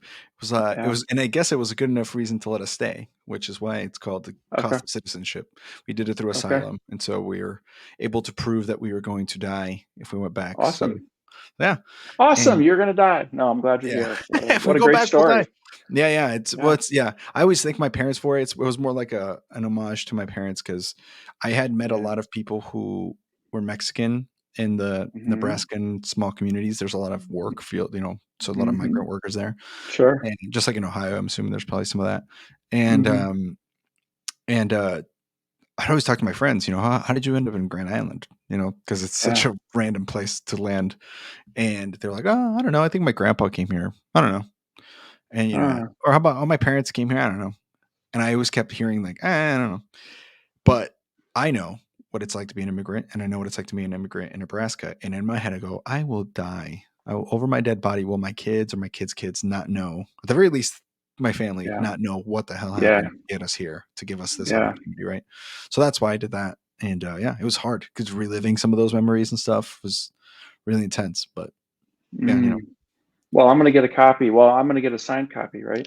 yeah, yeah. Yeah. I have to get some. I don't have any on me. It's really so I self-published through Amazon Yep. Yep. and I was coached on how to do it through a company called selfpublishing.com. And there's a lot of book guys that work there. Aaron Schaefer is one of the main guys that works there. But they kind of taught me how to do it, and I published a book, and it wasn't cheap or anything. But the the luckily they taught me how to do it correctly, so I avoided all the dumb mistakes. So I was able to get it Okay. out there, and so all that to say, I don't have physical copies on me. Okay. So I will try to find. I'll order some and then ship you one. Dude, I'm like the customer. I want the book now. I You know, know, I know. Well, if you you're want I it got now, cash if you want it signed, I can't do that. But you gotta Amazon have it in your get it to you in trunk. 2 days. Amazon will get to you in 2 days. If what everyone likes about the way I do business is, Yeah. speaking of which, let me ask. Let's go into some Southwestern stuff if that's okay. Let's do it. And I'm sure we'll jump Absolutely. around to other things. But wow, amazing. And I am looking forward to your book. Um, so let's go back to 1995. Mhm. Um, oh, dang it! I had one more question. Okay, Okay. as a Yeah. stand-up comic, I gotta ask: have you been able? Has enough time? Tragedy plus time equals comedy. Has enough time passed that you started to crack jokes about this yet, or are we still waiting Absolutely. on that? What's No, what's I the best one day yet? I gotta. one. Oh, I don't Oh, let's know. go. Well, I'm not a stand-up, but being in a wheelchair, I've learned how many of our idioms are like walk related or run related. Yeah. Like, hey, Jason, you want to run to the store with me? I'm like, I'll roll there with you. Stuff like that, all day, every day. You're on a roll.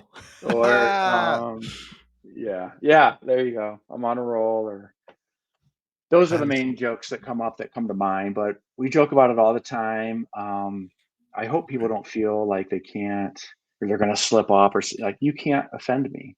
yeah.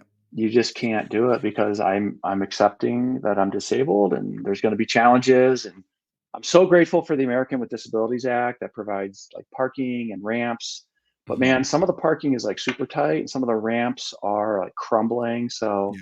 there's still challenges, but it's, I mean, overcoming challenges, right? I learned that knocking on doors in Saginaw, Michigan, 1995. You get, like, amazing parking spots now, though, relatively I for do get close. good parking. I thought I would get good seats, but I'm learning the seats are like, eh. So I'm going to Ohio State football. My son's at Ohio State, and Ohio State is like a Ugh, religion down there. yeah. So I bought my tickets, and they said, "Well, we'll put you in the handicap section." I'm like, "Cool." The handicap section is the top row of the student section, like right below the scoreboard. So not very good seats, but maybe there's other seats that are better. I don't know. I'm Who just knows? learning all this stuff, You're figuring it out. but Well, I'll life tell is you what, good. I'll send you a copy, signed copy of my book if you send me, like, the little blue thing you can hang on your car. We'll exchange. So, just so I have a buddy of mine who has one, and I was like, "Hey, how do I get one of these?" Because you can go get one new one from the DMV, right? And nobody checks those because who's gonna check those? So, Well, they're gonna see you get out of your car, you're gonna get some dirty looks, but yeah. so my cousin has a son with autism, and so he Mhm, gets one. mhm. And so I Yeah, could just be like, "Hey, you don't need to know yeah, why." yeah, But yeah. great parking. Alright, I I'll ponder that offer, that Yeah, bartering offer, we'll see. and I'll get you a Ponytails t-shirt. We'll discuss this Love it. after the air after we're off the air. Yeah, I guess the reason I was asking for humor or for jokes is because, the the the best way to know that you're dealing with something, I feel like, is when you're able to joke about it, you know what I'm saying? mhm. Like, this is gonna get morbid, but, like, the first time 9/11 jokes came out, it was like, "Oh, we're coming back." There's, like, some sort Yeah, of, like there's yeah, a feeling of, like, acceptance, yeah. like you said, and that's a Yeah. big deal. Well, like, the stand-up comedian is the last uncensored person in the country, Yeah. right? I'm not joking. No, Who else can joke about fill in your political cause, climate change, oil and gas, abortion, identity, abortion, trans you rights. name it. Yeah, Only you can joke about it. And by you, I mean the community of comics. stand-up comedians. So even in the world of medicine, people are terrified to speak up. Whereas science should be rigorous debate back and forth, whether you're debating a particular issue or a new antibiotic. You need to kick the tires really, really hard. And if you're canceled by doing that, that's not science, that's ideology. So press on, my friend, tell the jokes. By the Thank way, you. on my behalf, tell all the paraplegic jokes that you would like. Um, I so I just don't got wanna this get friend who's canceled later. paraplegic. Yeah. I'll take a clip from this, be like, "No, no, look, he said it. I got great." That's Yeah. given green. No. And it's interesting that you say that too. There was a podcast I think it was, Tom Segura that I was listening to, or maybe it was Louis CK's interview with Tom Segura, but he goes, that's Mm, exactly what he said. He goes, "The comics are really the last stand between the fall of free speech and not. Like, if you live in a place where you can't make a joke about something, there uh-huh. is a problem with that community. That Mhm. doesn't mean you can be an asshole, but there's a way of Right, joking about, because he's basically right. said for centuries, the jester in the king's The court, court like jester. Yeah. Yeah. we've agreed as a community that there's a group of people who are at their comics now, but like that they can say and cross lines, the imagine societal lines that other people can't, because of the Right. fact that we all know we're joking. Like, Yep. it's just a joke. Yep. There's Right. another comic that was like, "Hey, you insulted me. You should apologize about that." He goes, "Oh, okay, I'm sorry." He goes, "You didn't mean that apology." He goes, "I didn't mean the joke. It was a joke." You know what I'm saying? So thank you for Right. saying that. I do appreciate that I'm perspective. totally serious. So Love it. press on. I shall joke. I shall Yes. continue to joke. Joke on. That should be a shirt. Joke on. Yeah. All right, so let's wind the clocks back in. Sorry. Jake Yeah. Chesney, you got Yeah. recruited. We kind of got a Yeah. filler of this story. When Yeah. you go out to the book field though, Mm. I love this. You get to sales school, you get to the field. What was it, what you expected? Was it not what you expected? How do you remember those moments of like Mm, a lot of people usually remember their first doors or at least the first time saw Mort or Dan speak or mhm, something like that. mhm. What do you recall? Or what sticks out to you from that time period? We drove to Michigan. I remember we knocked on doors to find a place to stay for our HQ. Yeah, that's the real experience. Yeah. That was my first year. Now, second year, I just rented an apartment. Oh, you did? Now, did you have like a good like Southwestern start? Like some people have different careers. There's four ways it can Yeah, go: start yeah. hot, end hot, start bad, end hot, start bad, end bad, or start hot like me and then crash and burn. What was your Fizzle. trajectory? Started pretty good. I think I hit President's Club week 4 or 5, and never Oh, hit more. And then I didn't have an I want to win finish, but I wouldn't say I fizzled. okay. And So I will. Yeah, go ahead. and this is your first time you were in Michigan. Hmm. Why? Yep. And And we you found an HQ with an older guy, and there were 3 of us, 3 or 4 of us guys that lived in his house, and it's funny. I'm reading through. I dug up some old stuff, and this is this. Did you guys ever do this? The appreciation notebook. So it's an appreciation of Jason Kolb, and everyone did one of these, and they went around the circle at Sunday meeting, and everyone wrote what they admired about me. So I'm reading some of these, and they're like, can't wait for Saturday night. Your place is the place to be. Okay. And Pat Roach was in my organization. I'd like to read to you what he wrote, but Pat, you didn't write me anything, you jerk. Everyone else in the entire organization wrote me something but you. So we're gonna clip this. He's gonna shame see on it. you. How dare you, Pat? But yeah. So my Unbelievable. first day, I mean, I remember feeling well trained, but very, very nervous. And I had a car and I was in rural territory. And my first door, no one was home. I don't remember the first door that I talked to somebody. I do remember my first sale. It was for 4 handbooks. It was like $220. Wow. And I went through the sales talk word for word, right? I'm pre-med. I memorize. That's what I do for a living. So I memorize this thing. And as I'm kind of getting into the close and I can tell they're nodding their heads. I'm thinking, Oh my god. by golly, this works. I know. Yes. What everybody likes about the way I do business is that you can, I don't know what, pay half an hour, pay full, whatever it goes. And she gets out her checkbook. And I'm like, okay. And then I got to write the receipt. And so I didn't have a 0 day on my first day, which was nice. Huge. But I was, one of my pictures that didn't come through. I was a top 10 guy my first year. But the reason is because I had a really good organization, and Jake was very successful, and Pat and Will Arthur, and if you know the name Todd McWhirter. So Yeah. I just imitated those guys. Like I was smart enough to know, be humble, do exactly what they do. And I did. And it worked. I worked hard. I laughed off the slam doors. I said the sales talk. It's like, I don't know if there's any Office fans or if you get a lot of people that watch The Office, Yeah. but there's this one episode where Michael Scott, to make extra money, is working in a telemarketing call center. Yeah. And his sales manager says, dial the number, say the lines, make the sale. Yeah. That's the entire training. Sales school. Yep. In 25 seconds. Yeah. So anyway, first So summer good. was good. We had fun. I was successful, which again wasn't my goal. But Why yeah, did no, you have go ahead. what did you decide you wanted to come back? Because like When I'm did I thinking of decide you that? or why? Because like I remember the original reason you went out was because hey, if I do this for a summer, it's gonna look on my resume. But Uh, there's no reason to do it. I mean, I guess there are, but what was the reason you did two, three?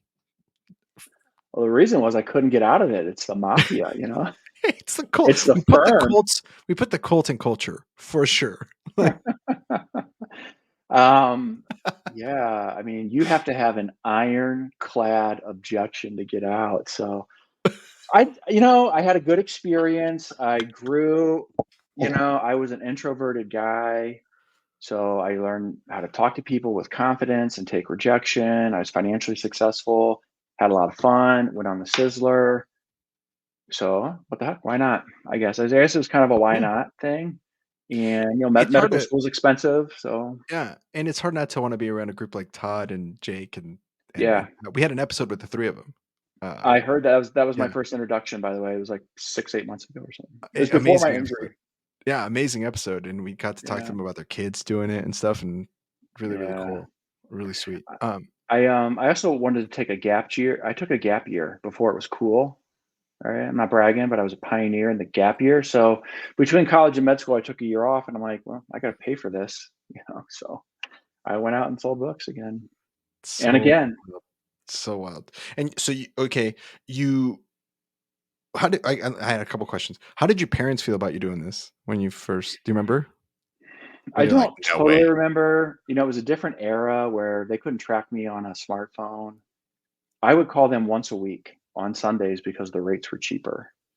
And I feel like my parents were very, very good, but they're like, "Oh, this is your thing. You're gonna do your thing." All parents are probably skeptical at first, like, "You're selling magazines? We've heard about this." I'm like, "No, no, no. The company's been around for 100 years or more. Like, it's legit. And look, Jake, my friend, my teammate did it." So they were probably skeptical, but then once I brought home my fat first check, Yeah. yeah, how can you argue with that? Do you remember I'm not saying describe it, but one of the things I'd love to talk about on here is the drive back to Mhm. Nashville, like, when you leave. Pure bliss. Just have you felt anything better? I know opioids are supposed to be amazing, That's what they say. but No. is there Man, that anything end of better? that first successful summer, and you did it, Yeah. and you got a 2 signature check waiting for you back there, and you're gonna finally have extended time to hang out with your friends and your sales manager. And, if you had a good summer, it's like this high, Oh, it's bliss. and that's when they sign you up for next year, Yeah. They got you at a good moment, You're you at the get your top of hook the check emotional in. curve, bro. Yeah. No, it was pure bliss. Absolutely going back to Nashville. Oh, and then when you come back to Nashville for sales school, the pendulum Anxiety. is like, why? Wait a minute. Why am I doing this again? I'm going to be again. No. That first store that you knock on your second summer, you're like, "What the Yeah. hell did I do? Why didn't I just lifeguard? I got through this. I got through this once. Why am I doing this again?" Yeah. Yeah. Oh, So good. Where did you go your second summer?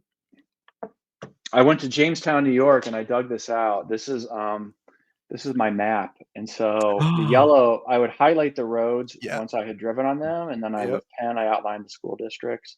And I found on here, um, I don't know if you want to this paraphernalia, is all this nostalgia, Yeah. but this is my order book from that year. So this is my first sale to Casey. Well, I shouldn't say the name on the air, huh? What if she's still around? She bought Casey, just say my Jones. Her last name is Yeah, Jones. Casey Jones. She bought the My Fun with Learning for 141.85, and I have my Amazing. order book Let from me from see my it. Let me second see it. year. Oh, look at it right there. Now you guys are all digital. Were you in the digital age? No, no, no. I still got to enjoy this. I that Yeah, looks and they didn't change much. It it's looks like from fat, dude. Look at '96. that. Yeah, that is a So lot of custies right there.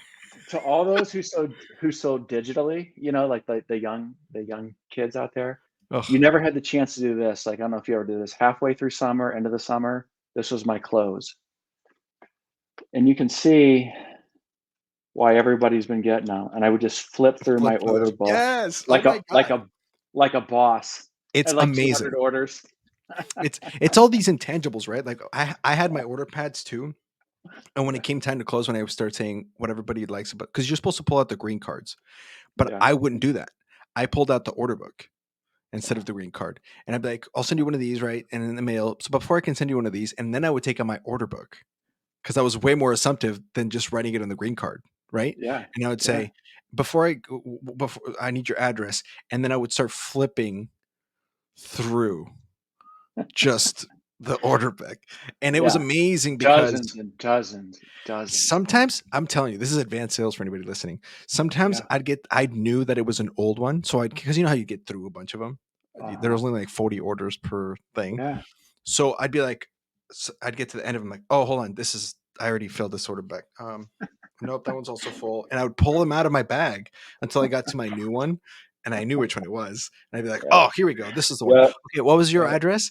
And they saw like just stacks of customers. Yeah. Just like, Yeah. at I would that just point, bind it's them like, together. Just one yeah. big fat pack. At that point, you're just dumb for not doing. Now, Yeah. Jamestown, I sold in Wellsville, which is just east of Jamestown, uh, Oh, really? in Olean and all those. That, Like, well, yeah, Will Arthur was there. That's where yeah, Will Arthur love was, that if was. you know Oh Will. man, so beautiful, such beautiful territory, and God's country. oh, That's what it's he so called good, it. man. And I was like, Mm, the only thing I remember mm, thinking to myself that summer was, this place in the fall has got to be outrageously mm, beautiful. Just with the mhm, changing of leaves, has got to be mm, something amazing. This time mhm. of year, Yeah, it's gonna be beautiful. yeah. So, so you had a better summer your second summer? You grew probably. I did. I think I worked a week or 2 longer. It wasn't, like, exponentially better. It was about the same. I was managing a small team. I learned that I really was not a good manager then and may not be one of my strengths. So that was a bit of a tough thing my second year. But yeah, I think I hit 5,500 units or something that year, That's a my jump. second year. That's a Yeah, jump. 40, 45 to 55, but I sold an extra 2 weeks. So I don't know. It's Makes been a sense. long time. We had similar first summers. That's amazing. Yeah. And then Okay. where did you go your last one? Rhode Island. Yeah. Oh, Different culture out there. oh man. Oh boy, is Yeah. it. Yeah. I sold in New England. So I sold New York, Pennsylvania, and then I went into Massachusetts, New Hampshire, Connecticut. Yeah. I was all over Yeah. there. They're Yeah. different there. Yeah. State It's a your lot. business. Yeah. What you State want? your business. Yeah. What do you want? Right. To the point. You're like selling books. Saw them last year. No, you didn't. Oh man. So Yeah. It's then it fun. was time to then at the end of the third summer, you're like, gotta go to med school. And so that brings us back full So funny circle. story. I don't know if now's the time, but so that last summer when I stopped selling, so I sold for 3 summers. My fourth summer, a lot of pleasantly persistent pressure to come back. I had is between my first year and my second year of medical school, and it's a short summer, and it's my last summer of my life. So I kind of don't want to sell anyway. Plus, I was now dating the girl who's going to become my wife. I didn't know it at the time, but I was pretty sure, and I wanted to spend summer at home with her. So I had to come up with some sort of ironclad objection.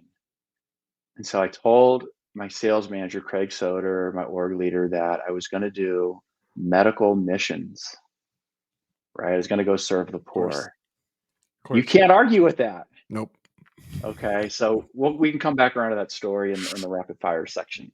Okay. But That's your ponytail? That's yes, my okay. ponytail. All right. Well, let's move into rapid fire then. Oh, last Okay. question. Did your wife sell? No, Oh, okay. So here's the she deal. did not.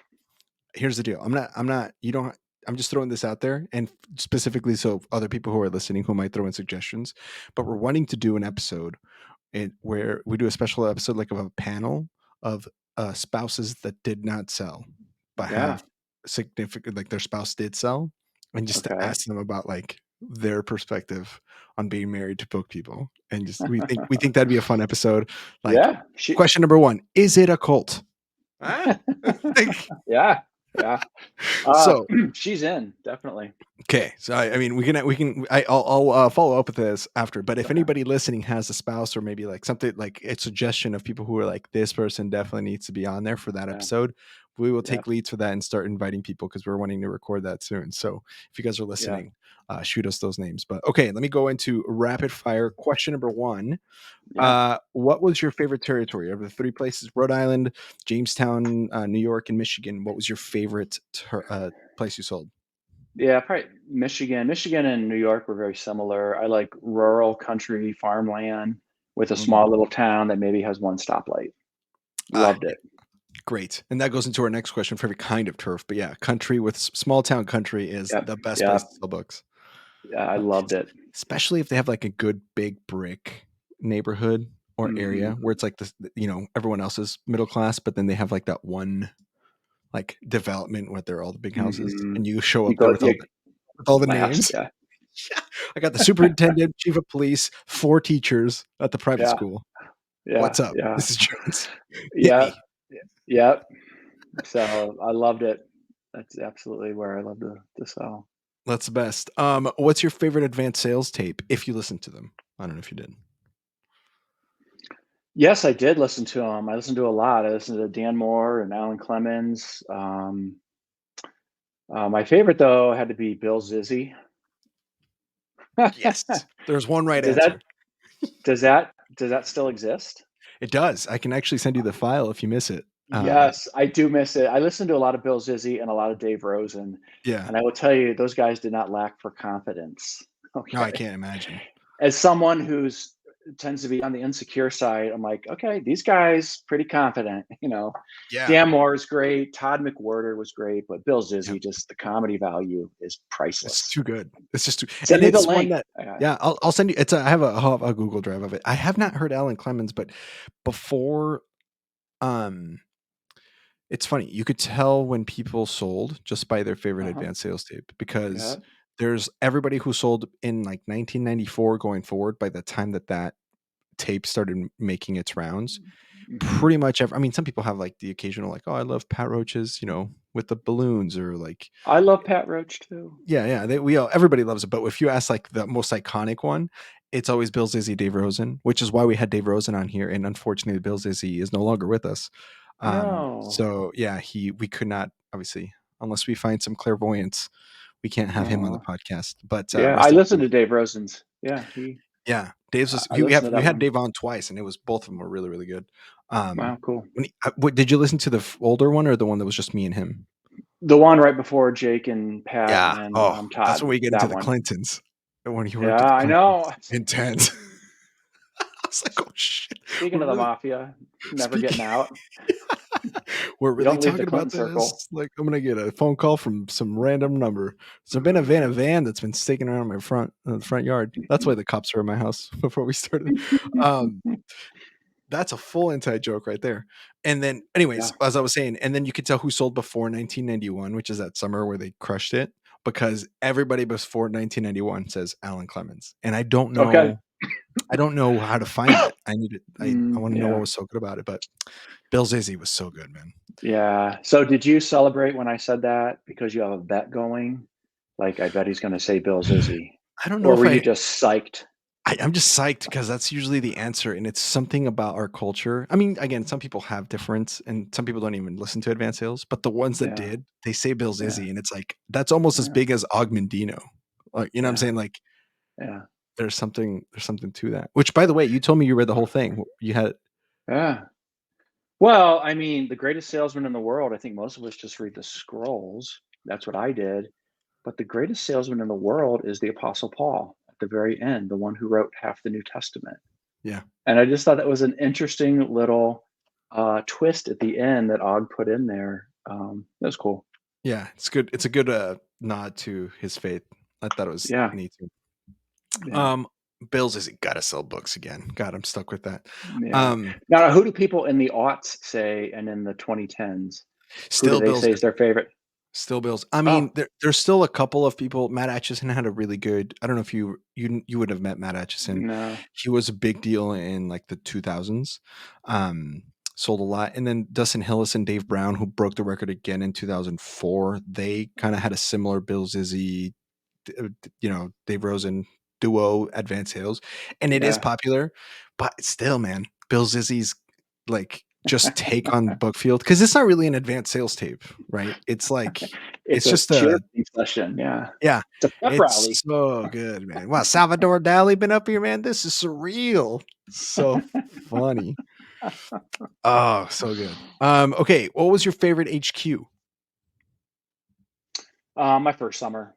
Yeah, Yeah. in Michigan, we actually knocked on doors. We stayed with an old, I think, a widower, and just had a great time. Yeah. Yep. Love that. And this one might or might not apply, but we asked this because it happens often enough. But what was the most famous person you met while selling books? Mm. I did not meet anybody famous. Okay. that I can recall. What do people say? I What's some mean, famous people? different. My brother knocked on Kevin Bacon's door once. He never met him, but he knocked on his door. Wow. I met Mario Andretti uh, Wow. in Pennsylvania. He lives in Nazareth, Pennsylvania, and I knocked on Nice. his door. And I'm a And big Formula One fan, so it and was he like answered? his. I told the story, so I'll do the short version. But long story short, I kept getting pre-approached to go there, and I didn't know why. Got there, it was always gated, but one day the mowing crew was working, so the gate was open so the truck could get in and mow their giant lawn, Sure. because of course. And so I'm like, this is it. So I drove in there, and this lady sitting there just smoking a fat stogie, like just older lady. And I'm like, what the hell? So I get, I'm like, hi, is this? And she goes, yeah. And I go, okay, I'm just selling some books for families. I heard you guys were grandparents. And as I'm like talking to her, Mario comes out. Mm. He's like, "Can I help you?" And I was like, "Oh, yeah. Are you?" And he goes, "Yeah." I go, "I am a big fan, like world championship for Formula One. Like Yeah, you're a legend." And he goes, that's "Thank you." cool. And he goes, I go, "You guys probably don't want any kids books, do you?" He goes, "No." I go, "Okay." So I got back in my car and I left, but I was just like, "Holy shit." That was wild. That's cool. Yeah. Yeah. Well, Uh, no, nobody famous that I remember. sometimes it happens, but it's worth asking. Yeah. Favorite off schedule story if you have one.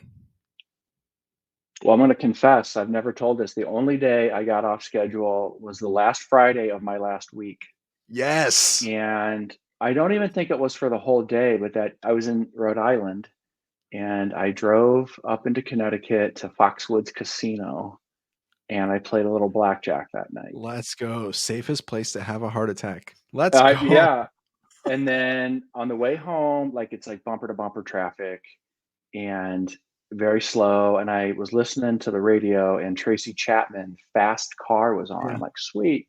I leaned down to turn it up, and I rear-ended the guy in front of me. So my car had, like, minor damage. The point of the story is I'm like, "I'm not driving this thing on Saturday." So I was off schedule that Friday night and Saturday, and that is it. It's the only time I was ever off schedule in 3 I years. love it. Did you Yeah, make money on blackjack? doubt it. I don't remember. I I don't probably know. took like 30 bucks in and played a $3 table until it ran out, and then it's like, "I'm done," you know? I should have gone to the I wasn't Yeah, out speaking of scheduling. addiction, that's one I don't get, but it's a real Um, problem. the gambling. I Mhm. didn't even get to ask you about that. Yeah, that's But fine. dang, addiction is for gambling is interesting, yeah. Okay. Best sales day. And now this doesn't necessarily mean in units or that you sold the most, although it can be. But in your mind, Mm, what was the best sales day you had? It could have been like some dirt pile day or something like that. yeah. I'd say I don't remember, like, I never had a huge day, probably in the mid 100s at most. I never sold the whole bag at a single location. I never sold a family Bible library, which was so disappointing to me. We always had a joke in our HQ that if we sold the family Bible library, we were done. We were leaving the Bookfield. I don't even know if that's a product anymore, but, Yeah, it is. my day was so I remember the first day that my first day that I hit 100 units in a single day, and I did it by, like, supper time, and it was raining, and I sat in my car and I cried because I thought, "I just made a lot of money, and this job did not get any easier." Like, this job is still really, really hard. So I would say in many ways that was my best day when I got to that realization. I mean, it's a life lesson too that money is not going to ultimately give you satisfaction, right? Because I know tons of guys that have just climbed the corporate ladder and made piles of money, and they get to the top and they look around and they're like, "I'm on the wrong ladder here. Like, that Mhm. didn't matter." So you got to have that purpose. I mean, again, for me, it was that experience for my application. But that day when I hit 100 units, I still cried. That was the best day. What a good day. That's a great day. Yeah, Because yeah, usually you have 100 units a week. So when you do that in a day, yeah. It like was a good I'm not day. saying that was you, but like generally speaking, Yeah, most first yeah, years that are out there, that's how it works. yeah. Favorite breakfast spot. I don't remember the name. It was a little mom and pop diner in downtown Jamestown. Um, but I can't recall the name. That's all But if good. you, yeah. Let me see if I can Google it. Jamestown. Oh, What? yeah. While you're googling it, I want to show you. I have another little piece of paraphernalia from that year. Yes. Um, I think so. Jason, Joel, and John. So someone at that breakfast place, is that backwards? Let me Or see. I don't know if No, that they looks can right. read it. Jamestown love New York loves the three J's. We're referring to the super salesman Jason, Joel, and John. Someone That's gave us this. amazing. It's slightly creepy. Wow. On the back, it had this. Clarence, he was such a nice boy to sell us all those books, and it's the old American Gothic, but Yeah. It revamped, was redone. Amazing. some guy who came to the breakfast place every morning like we did. And then if you're still Googling, I'll show this because it's hilarious. That is me and Dan Moore at President's Club. Oh my gosh, look I at that stash. look at Wow. I love looking at my hands. There's so much tension in my I'm like, Yeah, "Ah, what are you doing with your hold your fingers? hands." I'm like, "Ah." I don't know. How tall are you? I used to be 6'5". Now Yeah, I'm that about 4'10". I was gonna say there, here comes a joke. I hope here comes a joke. I was gonna ask you how tall were you then, but I was like, I Yeah. don't know. Well said. Well said. That's Well, hilarious. I don't know. There's says the Chop House, the pub, this Chondros. mm, Like I don't know. It's probably one of these. That's yeah. It's that's probably not hilarious. in business anymore. It was Yeah, pretty economically depressed when we were there 25 years ago. still is. I mean, at Yeah. least till 2012 when I was around that area, it still Yeah. was. Um, Yeah. last question, rapid fire. Then we go into ponytails. Is what was your best or favorite follow day? Either someone followed you or you followed them. Well, I got a shout out to Pat Roach. I heard he listened, so I followed Pat one day, and Pat was an incredible salesperson. So he was really, really good. We had a lot of fun. He had this maroon colored Toyota um, Camry or something. I remember riding around in it, and the only story I remember, I don't remember any of the details except he was really good. But I remember I was in the car and I picked my nose and I thought he didn't see it, so I like kind of flicked it on the floor, and he's like, "Dude, flick it out the window, not in my car." Right? Meanwhile, his car is covered in trash and dust, and he was in a rural area. But Pat Roach is my favorite follow day. Oh, Pat Roach. I would love to follow Pat. Mm-hmm. That'd have been a good time. Mm-hmm. Um, all right. Well, that concludes the rapid fire section of the podcast. Now we can Okay. go into some ponytails. So, generally speaking, for people who are listening, who maybe this is their first episode, or maybe they're not book people and they're like just listening because they love you. Yeah. Ponytails, of course. Pony is our guests, but it's what we refer to who people who were just awesome people who bought from us, especially if they bought a lot. We consider them ponies.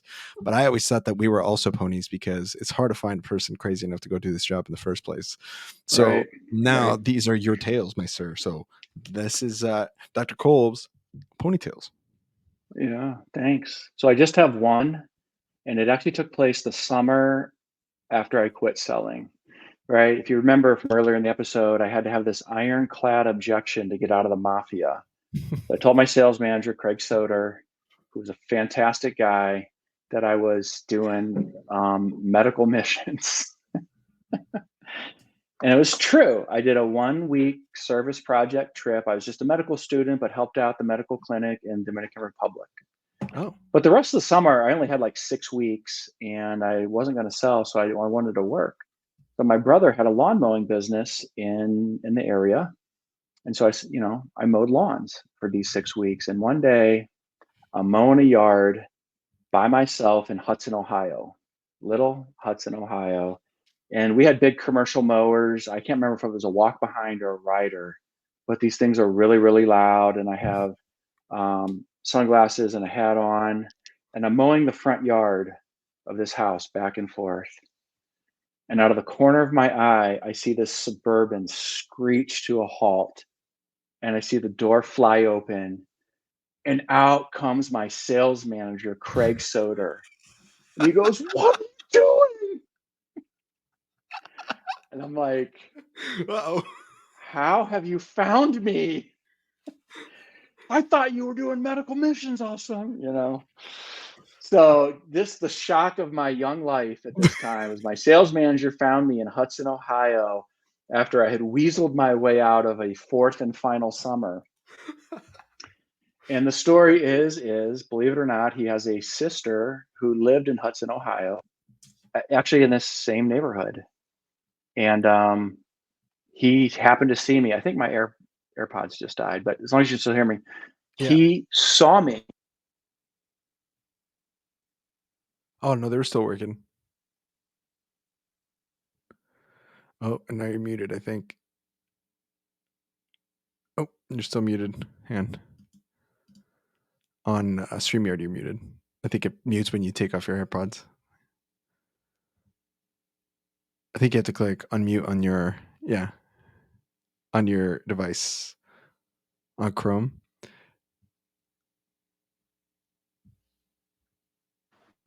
There we go. Yeah,